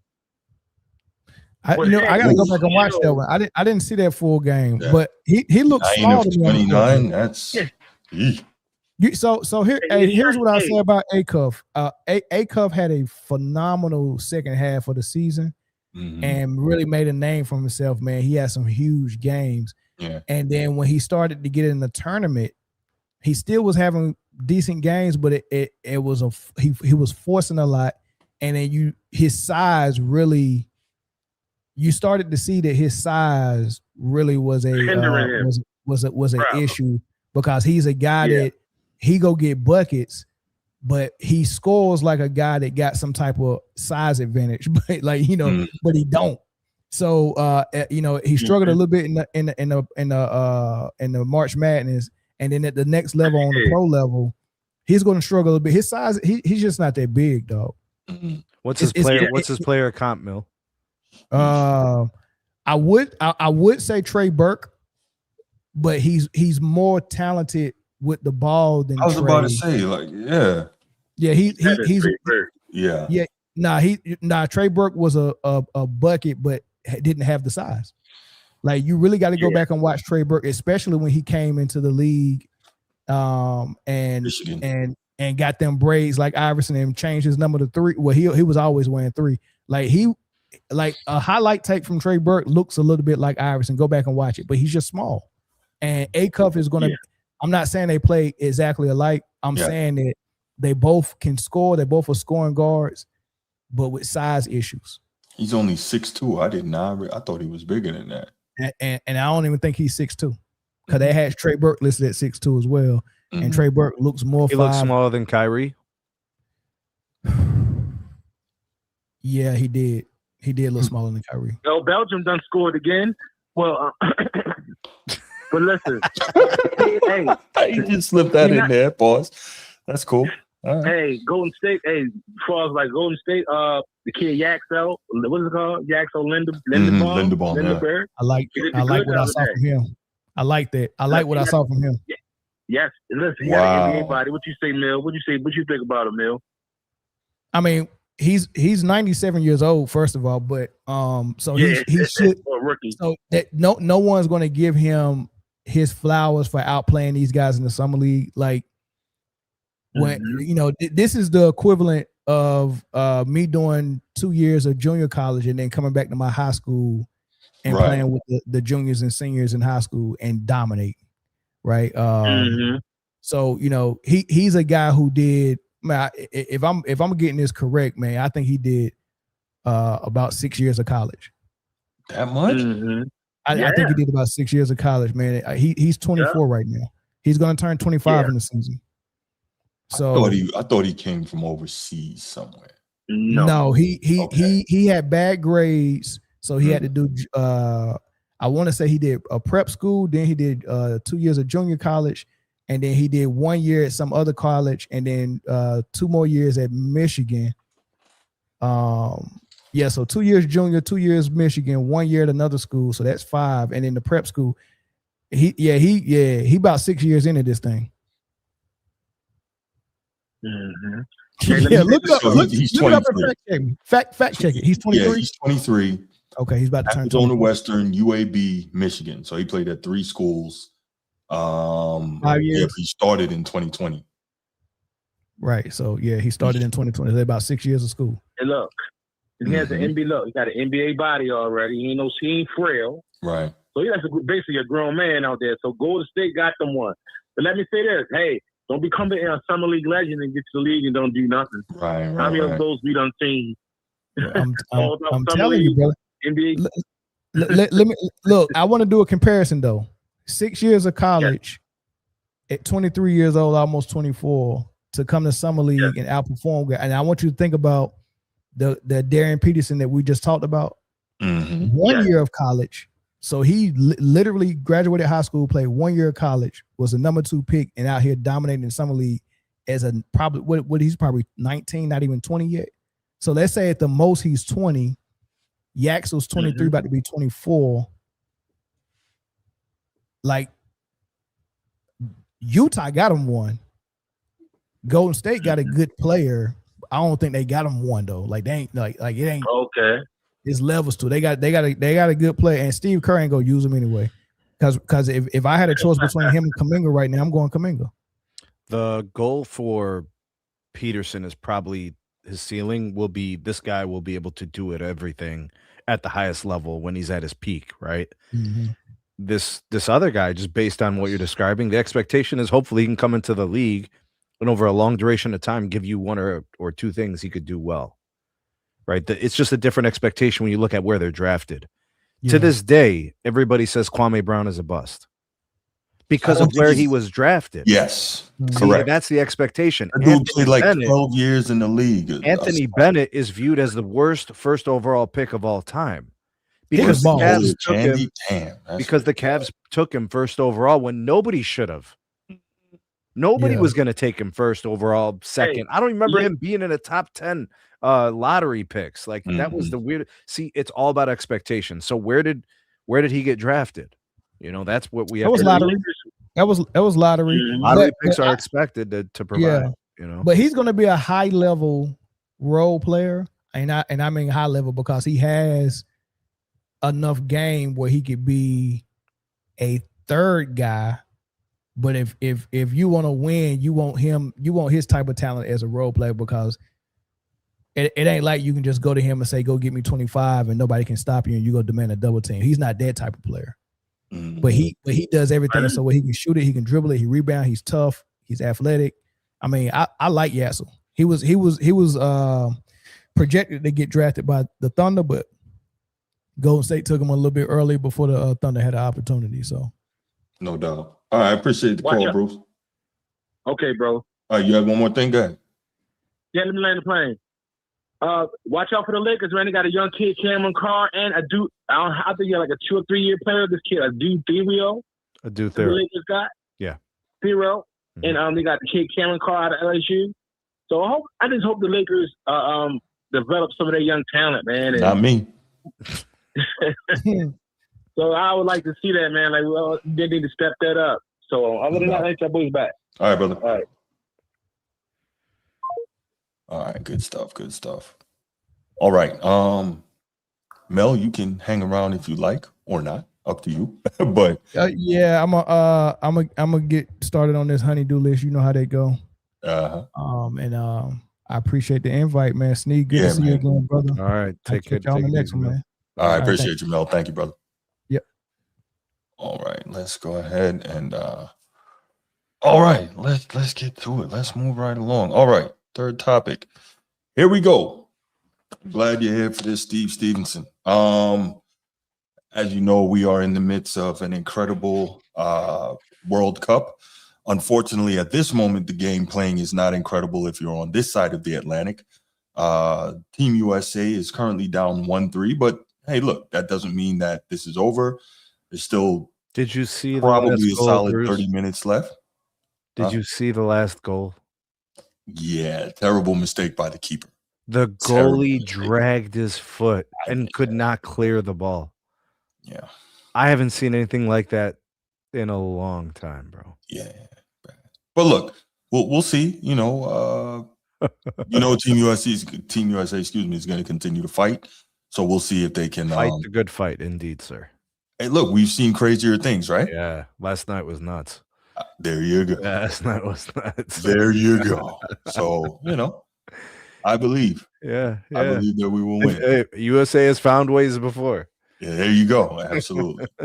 All right, let's talk about the World Cup, man. As you can see from the thumbnail, Cristiano Ronaldo, arguably one of the greatest, I think it's fair to say a top 5 footballer all time. Some people have him number 1. That's fine if you do. But clearly a top 5 guy, probably a top 3 guy if we're, fair. Ronaldo, Messi, Pelé, however you want to order it, whatever. But this may have been his last run in international play for Team Portugal. Cristiano Ronaldo is 41 years old, and Spain took care of Portugal and ended their World Cup run earlier. What was the final score? 1-0 win. 1-0. Mm-hmm. Yeah. And so now we go back and look at it. Ronaldo has played 6 World Cups for Portugal, and he is the first. Let's give him some flowers first. He is the first man to score a goal in 6 different World Cups. That's crazy. That is crazy. 6 World Cups. Yeah, that said, for a player of his greatness, is it fair to say that it's been disappointing, his lack of exhibiting his greatness on that stage? He's only had 1 World Cup with more than 3 goals. So, all right, he had 3 goals in 2026, this edition, in 5 games. 2022, he had 1 goal in 5 games. 2018, 4 goals in 4 games, so that was good. 2014, 3 games, 1 goal. 2010, 4 games, 1 goal. 2006, 6 games, 1 goal. For whatever reason, his incredible ability to score the football at an extremely high level seems to fade out in this particular edition of competition. And it's strange. Now, has he always had the most loaded teams, which would dictate, okay, a lot of the defensive attention, if not all, is going to be on him. But we've seen other guys who have gotten, the lion's share of the defensive attention, but have still managed to come through. This particular edition, as we just mentioned, he's been in 6 World Cups. This time is the first time he has scored past the knockout round. Odd for a guy that great. We look at a guy like my guy, Erling Haaland, Viking Row. This guy's got 7 goals and is chasing the Golden Boot, tied with Mbappe and Messi in this tournament. This is his first time in the World Cup. Norway's first World Cup appearance, I believe, since '94, and he's got 7 goals. Rising to the occasion. There you go. There you go. So how much of this is external conditions and nuance, or Cristiano, as great as he is, not rising to the occasion on this stage? Because I think it's fair to say he won't be back for another World Cup playing for Portugal. So you got a World Cup this year. Mm-hmm. And then what, 4 years ago would put it at the 2022 when he first was at El Nasser in Saudi. Okay, so no, 2022 was in Qatar. No, you're I'm saying he was playing his club ball. Yeah, he had left Juventus and he was playing for El Nasser. Okay. Sure. All right, and then before that, it would have been in 2018, and he was playing for Real Madrid. He was still at Real last season there. Yeah. So basically, he's played in 2 World Cups while he was at Real, a World Cup while he's been with El Nasser, one when he was with Juventus, and then 2 while playing for Manchester United. Okay, so Bruce, what he did at Man U. Oh yeah. And I'm just and the thing about Man U is, remember, he went back there temporarily. I want to say it was like 2021, 2022. He was there briefly. If I just told you how many goals he was scoring at these clubs, it's mind-boggling. Like Real Madrid was crazy. Yeah. Okay, so I believe he scored more goals than any other scored man 44 ever. goals. Right. So it's not like he doesn't know how to score goals. Right. If I go back to 2014, he scored 51 goals for Real Madrid. You know what I'm saying? If I go back before that, I can find where he was playing for Man U, where he had 42 goals. You know, that I'm talking like 08. I think that was the year that Italy won it. 08. I think that was the Italy era when they went 2 in a row and stuff. Okay. It's not that he doesn't know how to score goals. Right. I think it's 2 things, Bruce. I think it's the weight of the expectation. It's just different. So if he doesn't get all these goals, you're saying, what's wrong with him? Yeah. And I also think that the supporting cast, the dynamic is not the same. I would argue that the last time Portugal made their run in the last World Cup, that was the best team he ever had. But he was already a legacy player. Right. He's already in the back third of his career.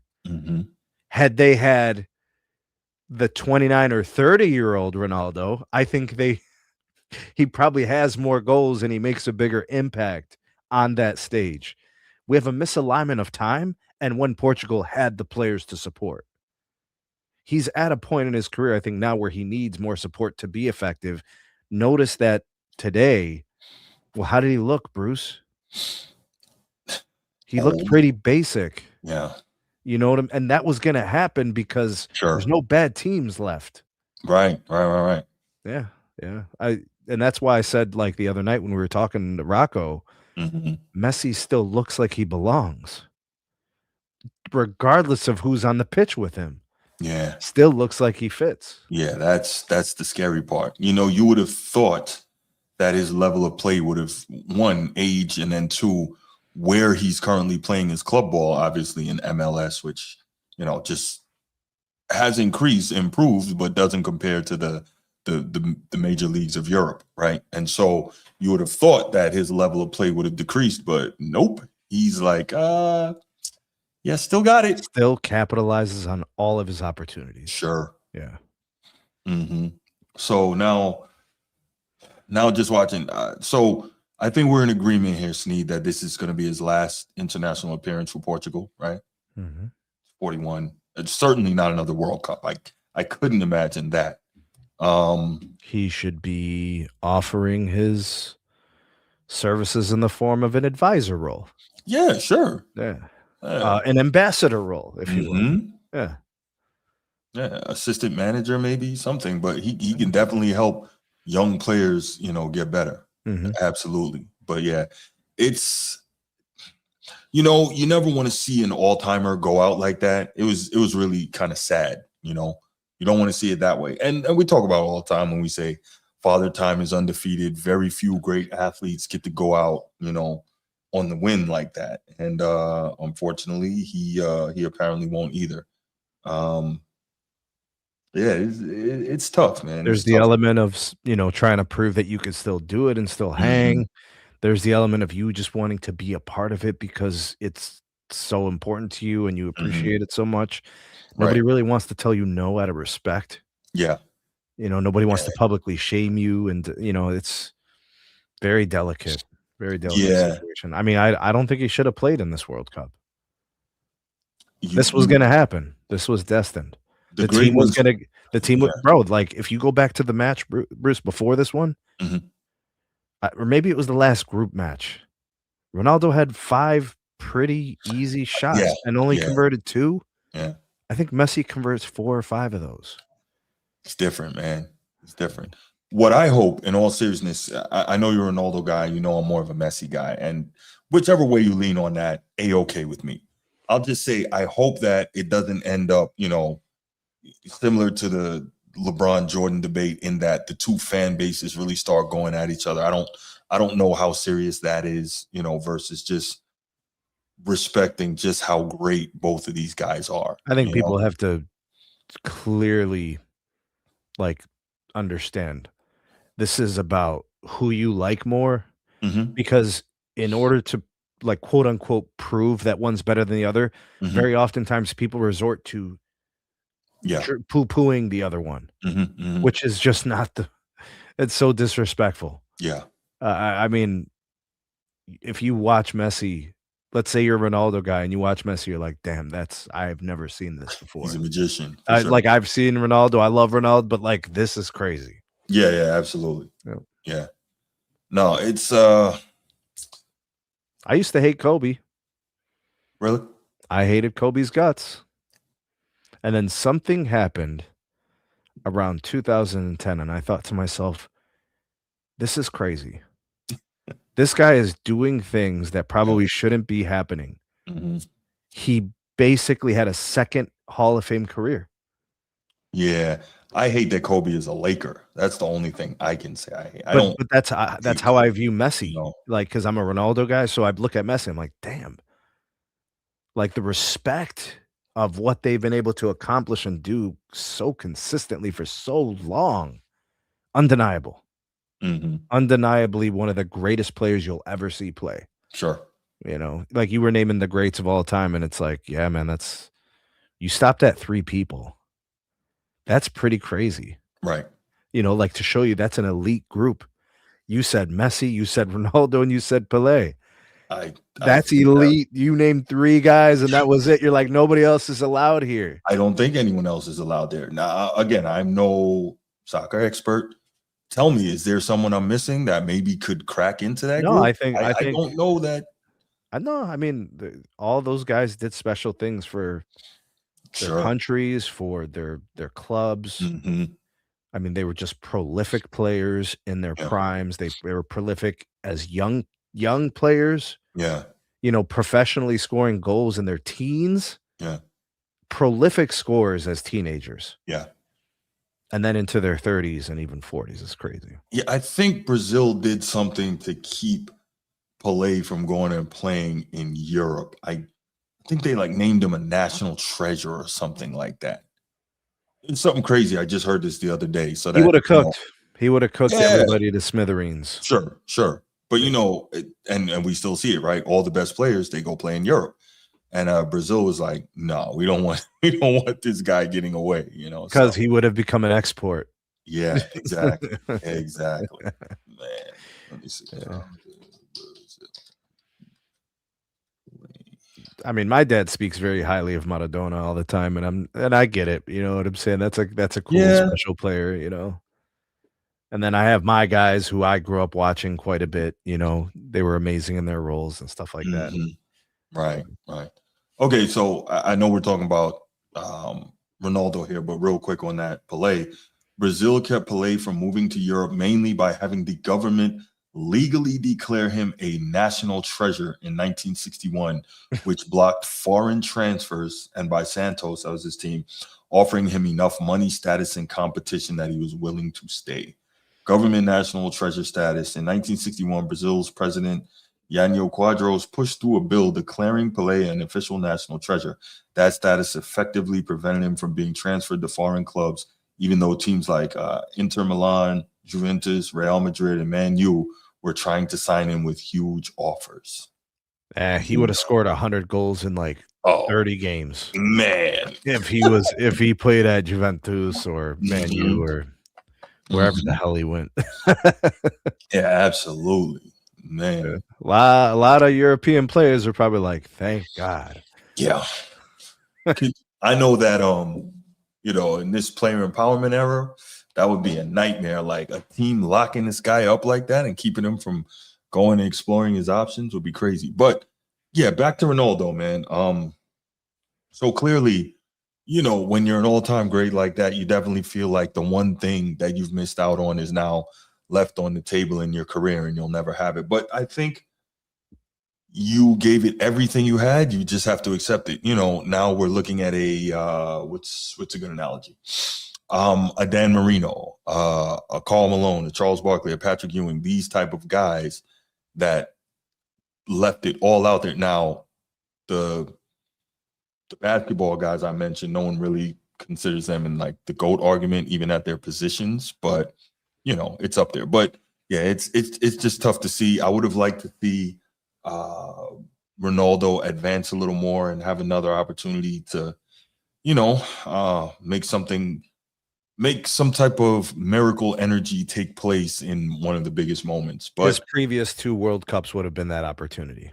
Sure. Yeah, and it just didn't happen. Didn't No. materialize, and that's combination of a lack of good fortune, the ball bouncing a certain way or circumstances, but you call a spade and you say it like it is. There's an element of unable to show those moments when it was required. So I'm good with someone saying, Ronaldo probably should have did more for Portugal in these World Cup runs. I would say, sure. Probably should have.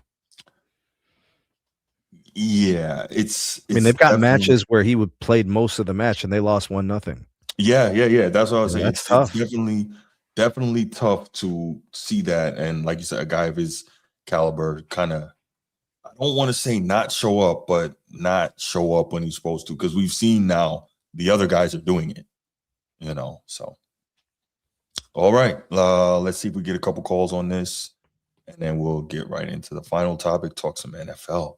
904-219-8264, 904-219-8264. What are your thoughts on Cristiano Ronaldo? It's his time up. Did he get knocked out in PKs in the last World Cup, Bruce? That I can't remember. I think they did. I don't remember that. I couldn't say. I'm pretty sure they gave him the first shot. Mm-hmm. I'm sure. Now that you say it, I think I'm recollecting something like that. Yeah. Quick side note: the clock is now becoming an enemy of Team USA here. Oh, they're threatening. They're up the field a little bit here. Yeah. Oh man, a lot of turnover. They're turning over the ball a lot, man. A lot of these runs are getting cut short. Mm-hmm. Yeah, I see it. They made some crucial errors, Bruce. Yeah, that last goal was a tough one, man. Big time mistake by the keeper, but it's gonna happen. And you learn from these and you come back and you get better.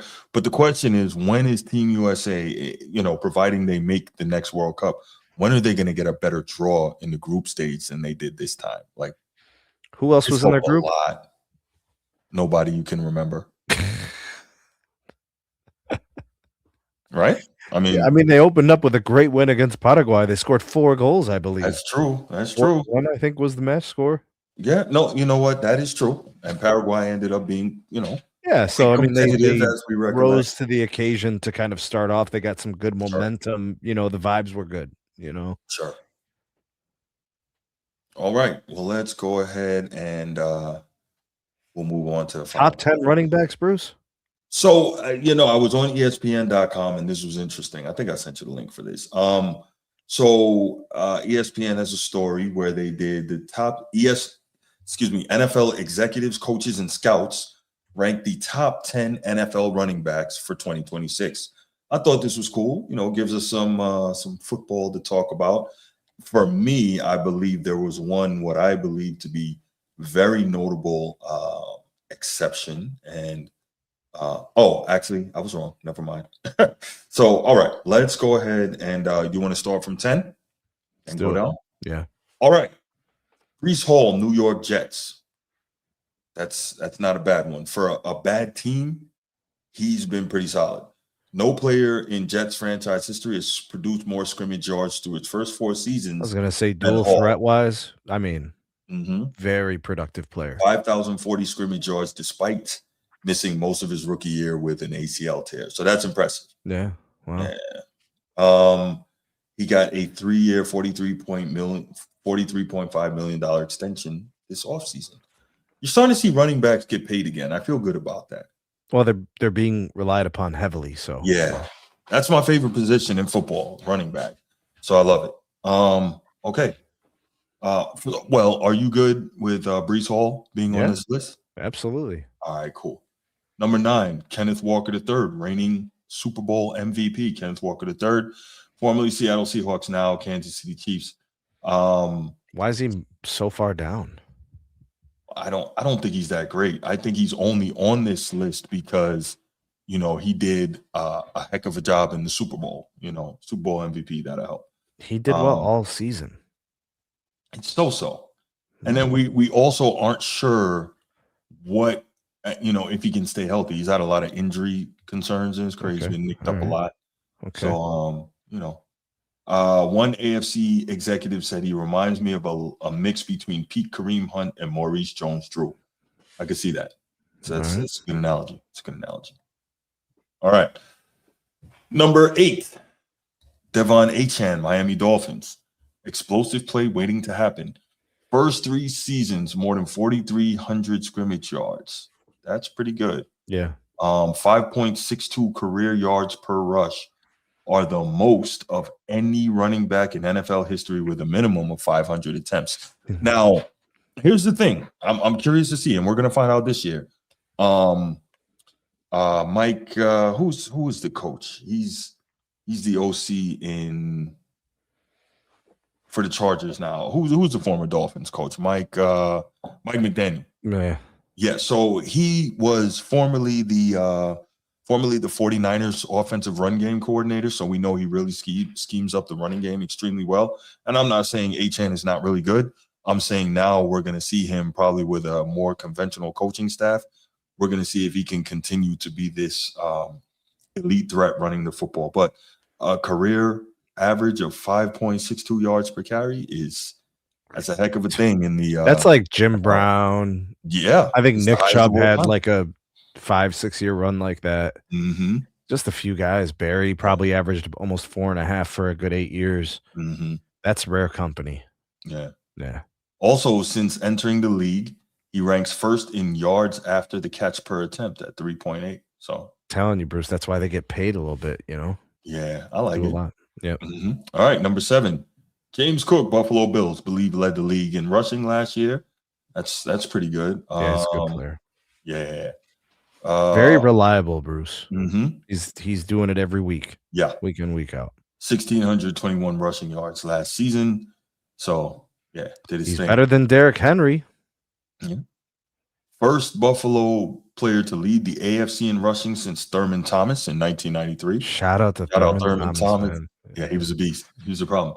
Also, the first Bill to lead the NFL in rushing since O.J. Simpson, 1975-76. Damn. That's right. The stuff of the legends, man. Yeah. I'm not black. I'm OJ. All right. All right. That was uncalled for. Okay. Number 6, Derrick Henry. He's misplaced. This guy, He's misplaced. he is still a beast. He is, but does he belong at 6, Bruce? Well, we got to see who the other 5 guys are, right? All right. 17 runs of 20 or more yards, 4 more than any player. So led the league in 20 or more yards, on his way to 5.2 yards per carry average on 307 attempts. 5 seasons with at least 1,500 rushing yards ties. Barry Sanders for the most in NFL history. Anytime you're up there at the running back position with Barry Sanders, who I believe is the greatest running back of all time. Quick note, Emmitt Smith said that if Barry Sanders hadn't retired earlier, he'd be the guy you saw that hit 20,000 career rushing yards. And I believe that. Facts. Yeah. I think he would have done it in like 13 years. Yeah. The way he was tracking was something crazy. So my only concern for the Derrick Henry piece is there's games where he disappears. Not because he's not good. No. But because of his lack of involvement in the passing game. So if I look at Breece Hall, if I look at James Cook, like the screen game is, yes, especially him. Yeah. You look at their involvement in the passing game, it's basically a run play into space. Yeah. Right? You're skipping the trench work. Long handoff. Yes. Yeah. So there's games where just coaching staffs are just like, we got to do this now, and we're gonna do this, and that means he's not the third down back, and he's not the passing game back. So you'll see games where he gets 17 carries in the first half and 4 in the second half. But if you keep giving him the ball, he's gonna break him. He's gonna. But he's the coach, you need to explain that to the coaches, not me. I've literally watched your Ravens take themselves out of games. Your Ravens too, man. Yeah. Huh? Come on. No, stop, bro. Don't do that, bro. No. I'm telling Transformer. Yeah, unfortunately, for whatever the circumstances, it just and I don't want to say the same thing could be said about the next guy on the list, but in a way, kind of. Yeah, and we'll get there. But yeah, Derrick Henry. But here's the thing, though, that doesn't really bother me. I'm a more traditionalist. I'm not huge on the whole thing of I want a running back that can catch it out of the backfield and do all this. I want a running back I can hand it to 25 times. That's how I want to play it. How many running backs get 25 handoffs a game, Bruce? Well, those are coaching decisions. I want that. That's how I would do it. It's actually it's scheme decisions too. Yeah, I think they think about situations more so than they do volume of touches. I think you build it in the trenches. You have you build that big time physical earth moving O-line, and you give it to your back over and over. You play the play action off him. You RPO off of him, and if you have a mobile quarter, you can do lots of things. You don't necessarily have to particularly heavily involve your running back in the passing game. Everybody got a plan until they get punched in the mouth, bro. Sure. That's what the NFL really turns into in an NFL game. Well, I'm not saying I want my running back to have stone hands, but I would, and this is where Steve King in the chat and we go back and forth. He loves LT, LaDainian Tomlinson, who is an all-time great, but I love Adrian Peterson, who I just think was a total monster. I don't, it's a preference thing. I think it just depends on what the coaching staff is doing and what they require of the player. Sure. So if I have a 4 running back room and 2 of them catch passes and are vicious in space with quality handwork and blocking, then I can give, Derrick Henry the 19 to 24 carries, and I'm giving the 5 or 6 targets out of the backfield to somebody else. Right. All right. And that preserves guys that, divvies up responsibilities. And obviously I think it's a little bit better for managing their reps. Risk of injury is very high in running backs. Yeah, for sure. Well, use them up and go get another one. All right. That's not nice. That's how the I see truth. it. I know. Yeah. All right, number 5. This is one of my favorite running backs in the league. Jonathan Makes sense Taylor. after what you just said. Go on. I love this guy. I've been a huge fan since Wisconsin. Even Needs though 30 obviously carries I'm a game. Irish fan. Give it to him over and over. Pause. Hand that ball to him over and over. Jonathan Taylor, he has 69 career rushing touchdowns. Only Derrick Henry with 84 has more since the year 2020. That's very good company. Would you agree? Excellent. Yes. Elite. Yeah. And I would argue that Derrick Henry's had a better team, which has afforded him more opportunities. Sure. Yeah. He's got really good breakaway speed if he finds a hole. We saw that. The only thing is, I think that, if he can get a little more help, whether schematically or personnel wise, they're stacking the box, pressure bro. off it. They're stacking the box. Remember how he started off last year? He was in the MVP running. Yeah. And then the second half of the season really slowed They down. really didn't want to give him the MVP. They're like, come on, man. No way. Listen, for a running back to get the MVP, he's got to rush for like 2,200 yards. And that's 15 to 20 TDs. Yeah, for sure. Like, it has to be record breaking. You know that at all costs they want to give it to a quarterback. What's the record for TDs? Rushing? For a running back. Yeah. 30? Sheesh, it's like Sean Alexander or Priest Holmes. Yeah, that sounds about right. Yeah. You're talking about the 2000s. I remember those. Yeah, like 28 or 30. Yeah. Yeah, let's see real quick. You have the list up? Of these running backs? Yeah. Yeah. Okay. Yeah, take it to number 4. I'll check the record. Number 4, we got Christian McCaffrey, San Francisco 49ers. The epitome of a Swiss Army knife running back.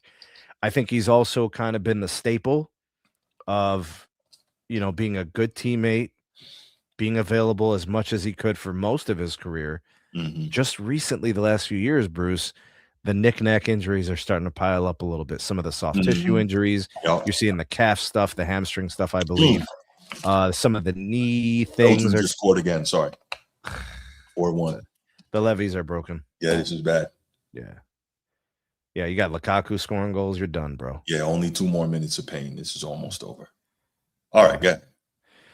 Yeah, I think as a dynamo coming out of the backfield, he's going to have like 10, 12 targets out of the backfield. Mm-hmm. He runs wheel routes. He goes into the slot sometimes and catches slants and smoke screens. Like, they do a lot with him, and he just always presents a danger. Yeah. Opposing defensive coordinators really worry about him, right? Because for sure. Yeah, he's a really good player. Do I rank Christian McCaffrey 4th? I don't know that I given do. all of the recent seasons. Yeah, so I'm with you there, Bruce. Yeah, definitely. You're really good though. I don't mind him being in the top 10. Right. I probably don't even mind him being in the top 8. I think top 6 is where things get a little touchy, because I think there are some guys in the top 8 who are not in the top 4 that might be better than him at this point. Mm-hmm. So that's my only concern. Is just he is. I think that's fair. Yeah. By the way, rushing touchdown record is Steve's guy, LT, LaDainian Tomlinson, with 28 in 2006. So that's crazy. And how many receiving did he have that year? That's a great question. So he had 28 total? 28 rushing. I mean, I would assume he probably had like 5 more or something like that. Did he throw one that year? Probably. Receiving. What about the 2-point conversion, sir? Wow. Did he have that season? Let's find out. Okay, so he had 3 receiving touchdowns and 2 passing touchdowns. So he had 33 total. Yeah, one of the most unique talents to ever grace a football field, bro. Yeah, for sure. Jeez. Well, there you go. Yeah. All right. Stuff. Where were we? So, by the way, Christian McCaffrey. Yeah. You can't say it's the coach, because he was great in Carolina. Yeah, he was. Yeah. And he was way more durable than anybody thought he was going to be. I was going to say that. That's something that has really surprised me in his time in the NFL, even though he's had injuries. his strength between the tackles. I didn't expect that at all. Much better through the tackles than I thought he was going to be. Yeah, I didn't want to see say that. he was at Stanford. Yep, I hated him in college. Hated him. Giving you guys problems, bro. Cooked us. Hated that guy. Hated him. Hated Toby Gerhardt. Hated Bryce Love. Gerhardt, oh man, God. I remember. Yeah, wow. Toby Gerhardt ran for 2,000 yards in college at Stanford. Yeah. Hated Bryce Love, that speed freak. Couldn't stand him. I think he's a doctor now. Stanford. Those guys aren't dumb. I believe that's the only school in the country you have to get accepted to the school before you can sign a letter of intent to play ball there. There you go. It's not good enough to just play sports. No. At all. Respect. All right. Man. Number 3, Saquon Barkley. Definitely fell off last season after winning the Super Bowl the year prior. What is wrong with the Eagles, bro? I don't know. I think they'll be back this year, though. Okay. All right. Yeah. You know. Well, we know that what's his name? Jason Kelce retired last year. He was done, right? That was a big one. And I think somebody else had injury. So they, their offensive line wasn't the same as it was. Weapons have moved around a little bit. They've made some decisions on some players. Correct. Maybe a transition year, if you will. Yeah. Maybe coaches kind of out of their element, sort of. Mm-hmm. Yeah.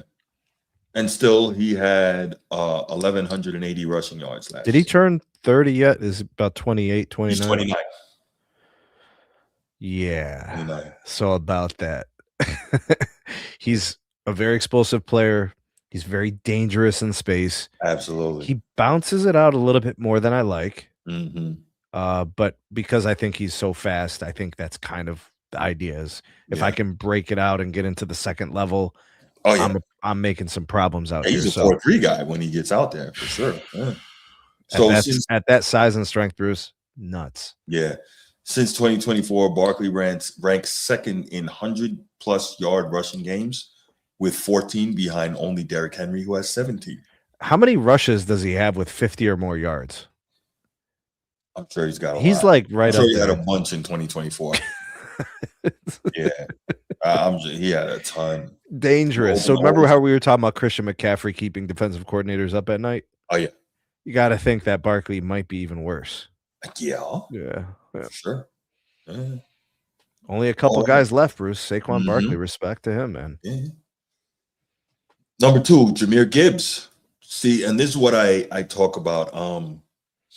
These are the type of guys that they like, those elite in space type guys who can run it and they can also catch it, and he's a speed freak too, right? Super fast. Yeah. So Gibbs 18 touchdowns in 2025, our second most in a season in Lions history, trailing only Gibbs himself in 2024 with 20. So back-to-back seasons, elite level production. Right. Yeah. Which is crazy because, again, we talked about arguably the greatest running back of all time, Barry Sanders, was a Lion. So that says a lot. Yeah. He's got 39 rushing touchdowns in 3 years while splitting time, which is crazy, right? Sonic and Knuckles up there in Detroit. That's kind of wild. Yeah. They moved on from what's his name, didn't they?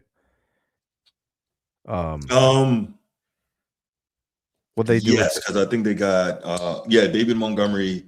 Yeah, he got traded to Houston. So looks like Jahmyr Gibbs is going to be the guy. So he averages since 2023, he averages 225 carries a year, which really that's not bell cow back numbers, but that's still very good. The interesting thing here is there are people who will argue Jahmyr Gibbs is a better running back than the guy at number 1. I suppose, but so the guy at number 1. NFL coaches, execs, and scouts have Bijan Robinson of the Atlanta Falcons as the best running back. You think he's clearly the best? Or do you think there's an argument to make for someone else? This is going to sound like homerism. It's really not. I mean, okay, let me say this. I guess it's a difference between who I think is the best and who I would take. And based on my preference and the type of running back that I like, it's Derrick Henry, and a guy who will really soften up a defense throughout the course of a game. It's Derrick Henry for me. hold on, bro. Yeah, Jonathan Taylor that's my guy. is better at doing Derrick Henry things right now. I mean, come on, bro. Derrick We're just Henry's talking only about 37 age. years old, and he's still running for like 1,500 yards. But the thing is Jonathan crazy. Taylor also doesn't really disappear in games as much as. I mean, Bruce, I'm not making this up. There was about a month last season where I forgot that Derrick Henry was active. That was a bad month, sir. Yeah, a lot of that was Lamar was injured, and yeah. So look, so what I'm talking about is kind of like the recency of this, right? Like, this is not a conversation we're having about Derrick Henry in his final years in Tennessee, right? You know, that I think maybe he's better than Jonathan Taylor. Okay. Right. So even with what you're saying, Sneed, let's give you that he disappeared for a month. Okay. Because you're going to point to those big games with the explosive production. Still rushed for 1,595 yards and 16 touchdowns. Now, if I look at each of the games, crazy. But if you look at the game-by-game breakdown, Bruce, you have games where he has almost 200 yards, and then there's games where he has 40. Right. Let's see. That's weird. And I'm not blaming Derrick Henry. I'm saying that that's some product of, the team, the concepts, the game situations, and maybe him. I don't know. But if he was catching passes, Bruce, at least you could say he'd get 5 or 6 targets. Right. He would still have 20 or 30 yards. Maybe he'd have some additional opportunities to score inside the 10. Well, what I will say too, though, on 3rd and goal from the 9, they're not giving it to Derrick Henry, bro. Here's another problem: the fumbles. That's the problem, and that's new. Ball security, is something. That's not something he's done his whole career. He's right. I mean, a staple of his running back quality, I think, has always been ball security. Well, by the way, Bruce, NFL coaches bench guys for fumbling. Oh yeah. You know, they don't play because that's high leverage. Possessions, man, they matter, and you don't get a whole lot of them. But let's go down the line here, right? I'm going to go yards per game from week 1 to week 17. 169, 23, 50, 42, 33. That stretch right there might be what you're talking about. So that's 23 against Cleveland, 50 against Detroit, 42 against Kansas City, 33 against Houston. Bounces back 122, 71, 119, 75, 103, 64, 60, 94, 100, 128, 216, 126. So finished the season very strong. But that early stretch was brutal. So I see what you're talking about. And imagine, I mean, you saw the games more closely than I did. I definitely watched the games with you. Like I remember, and I know there was some dysfunction, right? Because remember, early in the season, they had a really bad loss to start the season. I want to say it was the Buffalo loss. Correct me if I'm wrong. Yeah, that was the one. Didn't he fumble in a crucial moment? Yep. Okay. So that could have been kind of a snowballing effect through the rest of that stretch, and then kind of things get back on track. Yeah, that was tough. And with all of that, 16 rushing touchdowns. So Jonathan Taylor doesn't have that month, bro. I'm just saying. Oh, well, let's see. And listen, again, he doesn't have that month, bro. That's my guy. He doesn't have that kind of month. Probably not. And even those 60s, you got to talk to the coaches about that and say, how's he only getting the opportunity to get 60 yards? Right. So he had 1,585 yards, 10 yards less, and 2 more rushing touchdowns. So let's look what he did last year. Now we're looking for more balance, right? We're looking for more consistency. Yeah. All right. So from week 1 all the way through, 71, 165, 102, 76, 66, 123, 94, 153, 45, 244. That game was crazy. That was the game in Germany. 244, 58, 85, 74, 87, 46, 70, finishes out 26 against the best defense in the league, Houston. So check this out, Bruce. So he did not have that stretch like that. He had a couple of 40s, but they were sprinkled. Yeah. One here, one there. He had a 50 in there somewhere too. It just wasn't allocated to a segment of the season. Right. Which tells me that those were game situations. When they're sprinkled like that, that means the Colts weren't doing good. Yeah. Oh, for sure. And still 4.9 yards per carry. 18 rushing touchdowns. Do you think that maybe be Derrick Henry was kind of injured and just, he's too tough for his own good, didn't want to miss out and just toughed it out? I feel like sometimes that answers some of the he questions. probably could have been nicked up. Because it didn't make any sense, Bruce. He was absolutely dominant that first game. Yeah. And then for him to have that weird stretch, it was just weird, bro. Yeah, it was. All right. So let's go. So Bijan Robinson is regarded as the number one back. Again, he is What can't he do, Bruce? Right. He's one of those guys. Yeah. Exactly. Led the NFL with 2,498 yards from scrimmage, breaking William Andrews' franchise record from 1983. 820 yards on 79 catches.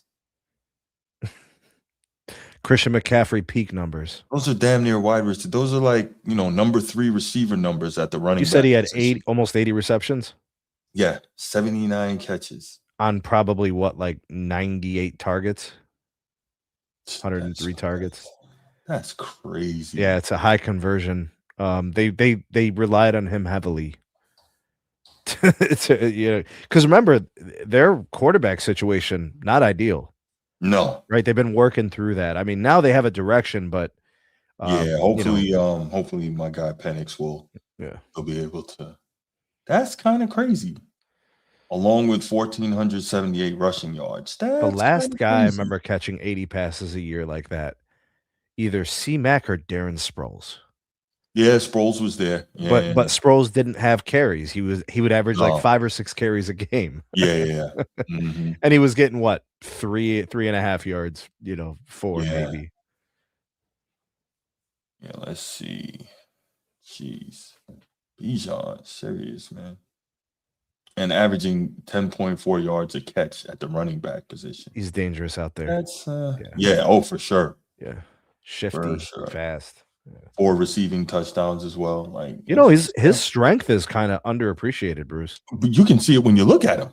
But I think when he's running, I think because he sheds those tackles so easily, people just kind of don't pay attention. Those are NFL linebackers trying to bring him down. You really got to wrap that dude up and really drive through your tackle.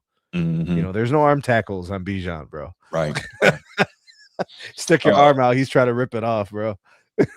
Coach T brings up Jeremiah Love, rookie. Go Irish. Let's see him play. Yeah. No. Yeah. What's his role, by the way, Bruce? What are they going to do with him this year? Oh, feature back for sure. So Arizona. At least 15 carries, possibly up to 20. Yeah. Get him the ball in some space, a couple of screens. Yeah, he can do all that. And he's freakishly fast too. He can do it all. Strong. If I have first and goal at the 5, I'm probably running 3 plays in a row to him. Well, I mean, you have Marvin Harrison Jr., you have Trey McBride, like you have some weapons on the outside too. So, you can be creative and do some things. I think their new head coach is creative? Your coach's brother. Is he a creative? He's your coach's brother. He runs the same scheme. My coach's Mike brother. LaFleur. Ah, okay. Yeah. LaFleur, my LaFleur. coach. Yeah. Go Pack Go. Only for Transformer, not for you. No, but so tell me, what do you think of this list, man? It's a damn good list, man. Those are nice players. I like that you got a little bit of the legacy player still in there. Yeah. Because I think Derrick Henry's still that guy, still at a high level. Yeah. Surprisingly, some of these guys have become veterans. James Cook is a veteran now. I would say That's true. Breece Hall has become a veteran. Yeah. I would say that he's old in like year 5 now. Yeah. Yeah, I would say that Christian McCaffrey obviously is kind of the elder statesman in the list. Right. Him or Derrick Henry. Saquon. I would say that it's nice to see a balance of these like 5th, 6th year guys and some of the 7th, 8th, 9th year guys. Yeah, no, that is cool. A lot of respect for these guys. The running back position in the NFL is very fickle. Yeah. So this is a very elite group of players. Time. Yeah, absolutely. Yeah, and so it's nice not only to see the appreciation of the position, it's also nice to see guys getting paid doing it. That was a problem for a while, bro. Yeah, man. If you weren't like a top pick, right, coming into the league, you had to show and prove for like 3 years before you got a contract, and that was like painstakingly giving you a contract. Oh man, that was tough. I Yeah. remember the Trent Richardson era. You know what I mean? Ooh, Yeah, not good. yeah. But I think this is a pretty solid list overall. I like it. Would you have liked to have seen anybody else crack that top 10 that's not in there? Only due to my own bias. Let me be fair with that, because I think obviously being a Super Bowl MVP is going to get you in there. I was talking to my other boy about this earlier. Take Kenneth Walker out, put someone else in there? No, not take him out, But the reason I say this, I don't think there's any big difference between Kenneth Walker III and Kyron the Siren. I don't. I think if you swap them, Kyron Williams would be doing the same thing in that Seattle offense. You're despicable, Bruce. Okay. I'm glad you prefaced it the way you did, or else I probably would have just. So I mean, well, look at their production on two really good teams, right? That's what I can say. Bruce, do you think there's something to be said about timely fumbles? He earned his way back from that. Fine, but it happened though. Yeah, it sure did. And I also think that the Rams do have more explosive offensive talent. Yes. Not by much, but it's a slim margin. It's close. And I think that is to the advantage of Mr. Kyron the Siren. I also think the coaching staff is better. I think Kyron the Siren maybe makes it easier for those receivers. There you go, playing the devil's advocate, Bruce. He helps him to get a lot of one-on-one coverage. I think he's a fine player. I think so too. If you want to get him into the top 10, it's valid. He made honorable mention on this list, so because I think actually he's very sound between the tackles. I think that goes overlooked. He's very sound, and outside of that fumble inside that red zone area, that was so terrible. He's been pretty reliable. So he paid for that for like 5 or 6 weeks. They were it's tough, bro. Because they lost it was a divisional game, Bruce. Yeah, no, you got to make him pay for that. He has to pay, absolutely. And what is he? If like he was a 4th year guy, Bruce? Running a lot of freaking sprints. 5th year guy. He's going into his 5th. So last year, 259 carries, 1,252 yards, so 4.8 yards per carry, career high, and 10 rushing touchdowns. So, but you knew not bad. Coach was going to have to go back to him. Even the coach knew. He's like, "Yeah, I'll be back. I just got to pretend like I'm teaching this guy a lesson." Look, he deserved to get that lesson. But you remember McVay resorted to just fade routes to Devontae Adams inside the 5. So now in the same amount of games now, Kenneth Walker III had 221 carries for 1,027 rushing yards, 4.6 yards per carry, less yards per carry, less total yards. He did have less carries overall. So that's why I'm saying, like, if you swap them, I'm not trying to disrespect Kenneth Walker at all. I think if you put each one in the other one's offense, they would be just as good. That's all I'm saying. You taking out Breece Hall? So this is where I was going next. I'm not mad based on this top 10 that Kyron the Siren didn't make the top 10. I would be happy if he did, but based on the guys who are in there, I'm cool with that. I say we take out Derrick Henry and put in Kyron the Siren. No, we can't do that. We can't do that. No, put you in a tough spot, Bruce. No, there's no tough spot. Kyron is my guy. Go Irish. But no, that's not. No, we have. All right. So Breece Hall, Kenneth Walker. Yeah, we got an argument to be had to try to sneak in Kyron the Siren. Look, let me say this. Kenneth Walker III is a Super Bowl MVP. That boy good, bro. He got Ronald McDonald a ring. So let's keep him in there. Let's keep him in there. Super Bowl MVP will do that for you. Wouldn't you agree? Yeah. I mean, hey, if the Jets go to the Super Bowl, Breece Hall could be the Super Bowl MVP. Hey, who knows, right? I mean, they're not going to the Super Bowl, but wait, who got the Super Bowl MVP the year the Eagles won it? Was it Jalen Hurts? Jalen Hurts? Yeah. He balled out. He balled out in both Super Bowls that he played But the NFC Championship game was all Saquon. He had like 180 all-purpose or something. Pretty sure. He broke like a 60 and a 50-yarder. I'm pretty sure, yeah. Yeah, I remember that. He had a hell of a year. Yeah. But they really tuned in on. There was like somebody else gonna have to beat us, and Jalen Hurts was that somebody. He did it. So yeah. But All right. Overall, I think this is a great list. Let's open up the phone line, see if anybody wants to call in 904-219-8264, 904-219-8264. Your thoughts on this ESPN top 10 running backs list for 2026 based on executives, coaches, and scouts in the NFL. Do you think they left anybody out? Do you agree with the list? Would you rearrange it? Is there someone that you would put in that's not currently there, whether it's Bruce. Yeah. Barkley was ranked number 1 last year in this list. Right. Well, coming off of the year he had, I think that would have been deserved, right? He got downgraded. Yeah. Well, he didn't have the same year. He went from 2,100 rushing yards, including the playoffs, down to about almost 1,200. So huge drop off. Mm-hmm. So again, everyone knows how talented he is, but you can't put him at number 1 with that sort of drop off. Valid. Yeah. Yeah, I want to see what Jonathan Taylor does this year. I want to see what Derrick Henry does this year. You would say that they're going to have better situations? I think the Ravens are going to be a similar situation to what Derrick Henry has had before. Still, I don't know what the Colts are going to be, man. Hopefully the O-line is healthy. Hopefully Quentin Nelson, go Irish, remains healthy, and keep running behind that guy. He's going to be a Hall of Famer one day. He is a earth mover at guard. I think he's been in the league like 4 years. I think he's been all pro twice or 3 times. That was fast.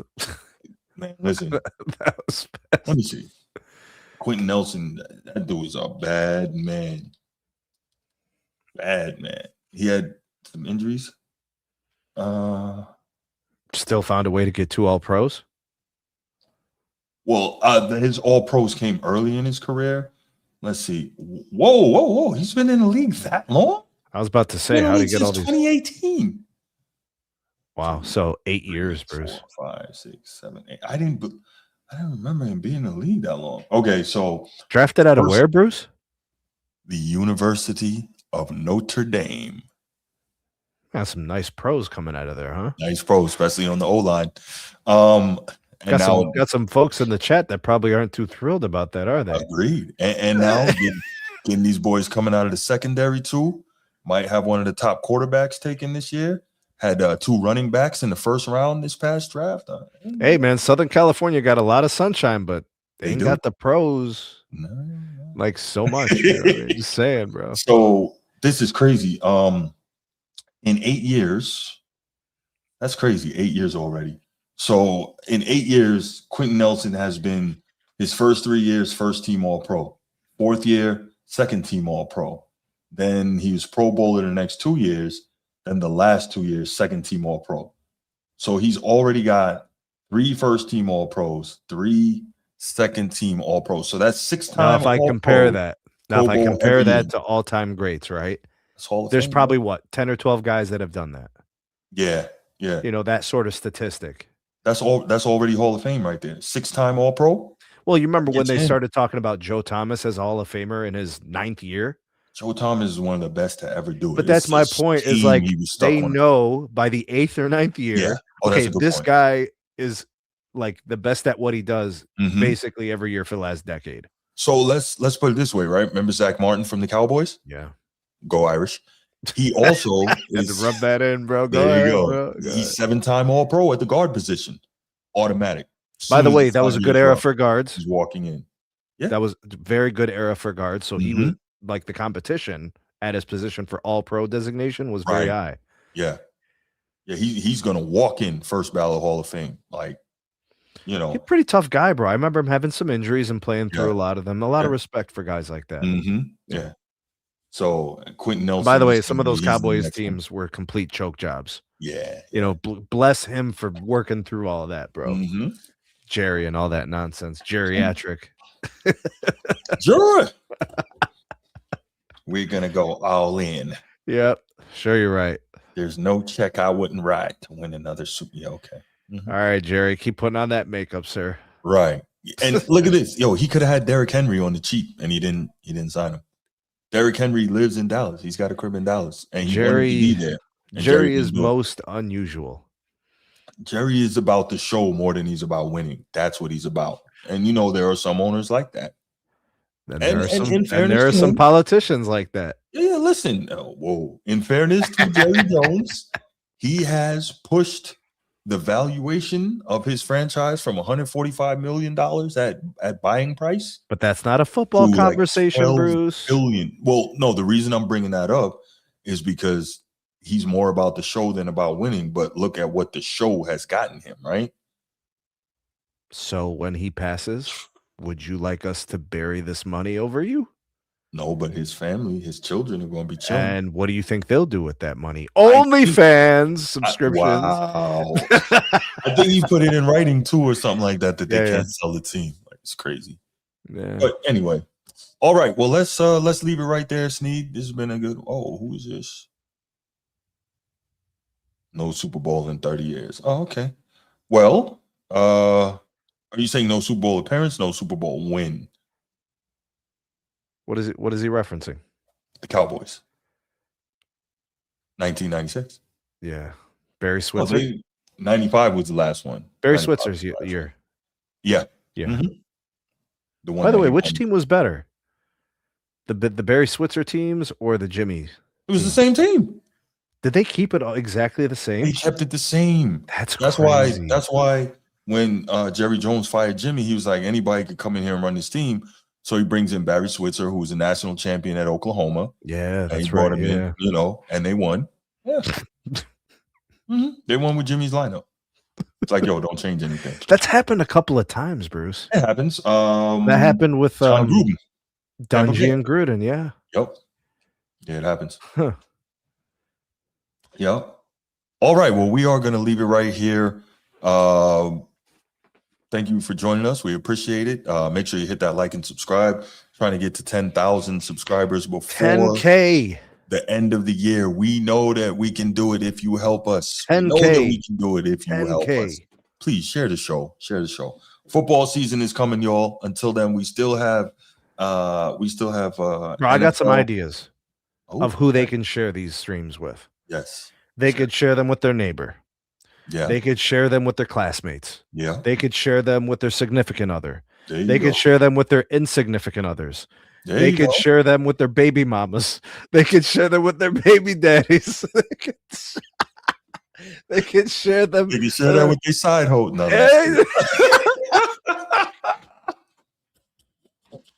share it. All the contacts. Put a group chat. There you go. The homies on the format. There you go. This is what it is. That's what it is. All right. We appreciate y'all, man. We appreciate y'all. Make sure you hit that like and subscribe. And we out. Peace. Yeah, we're the worst, bro.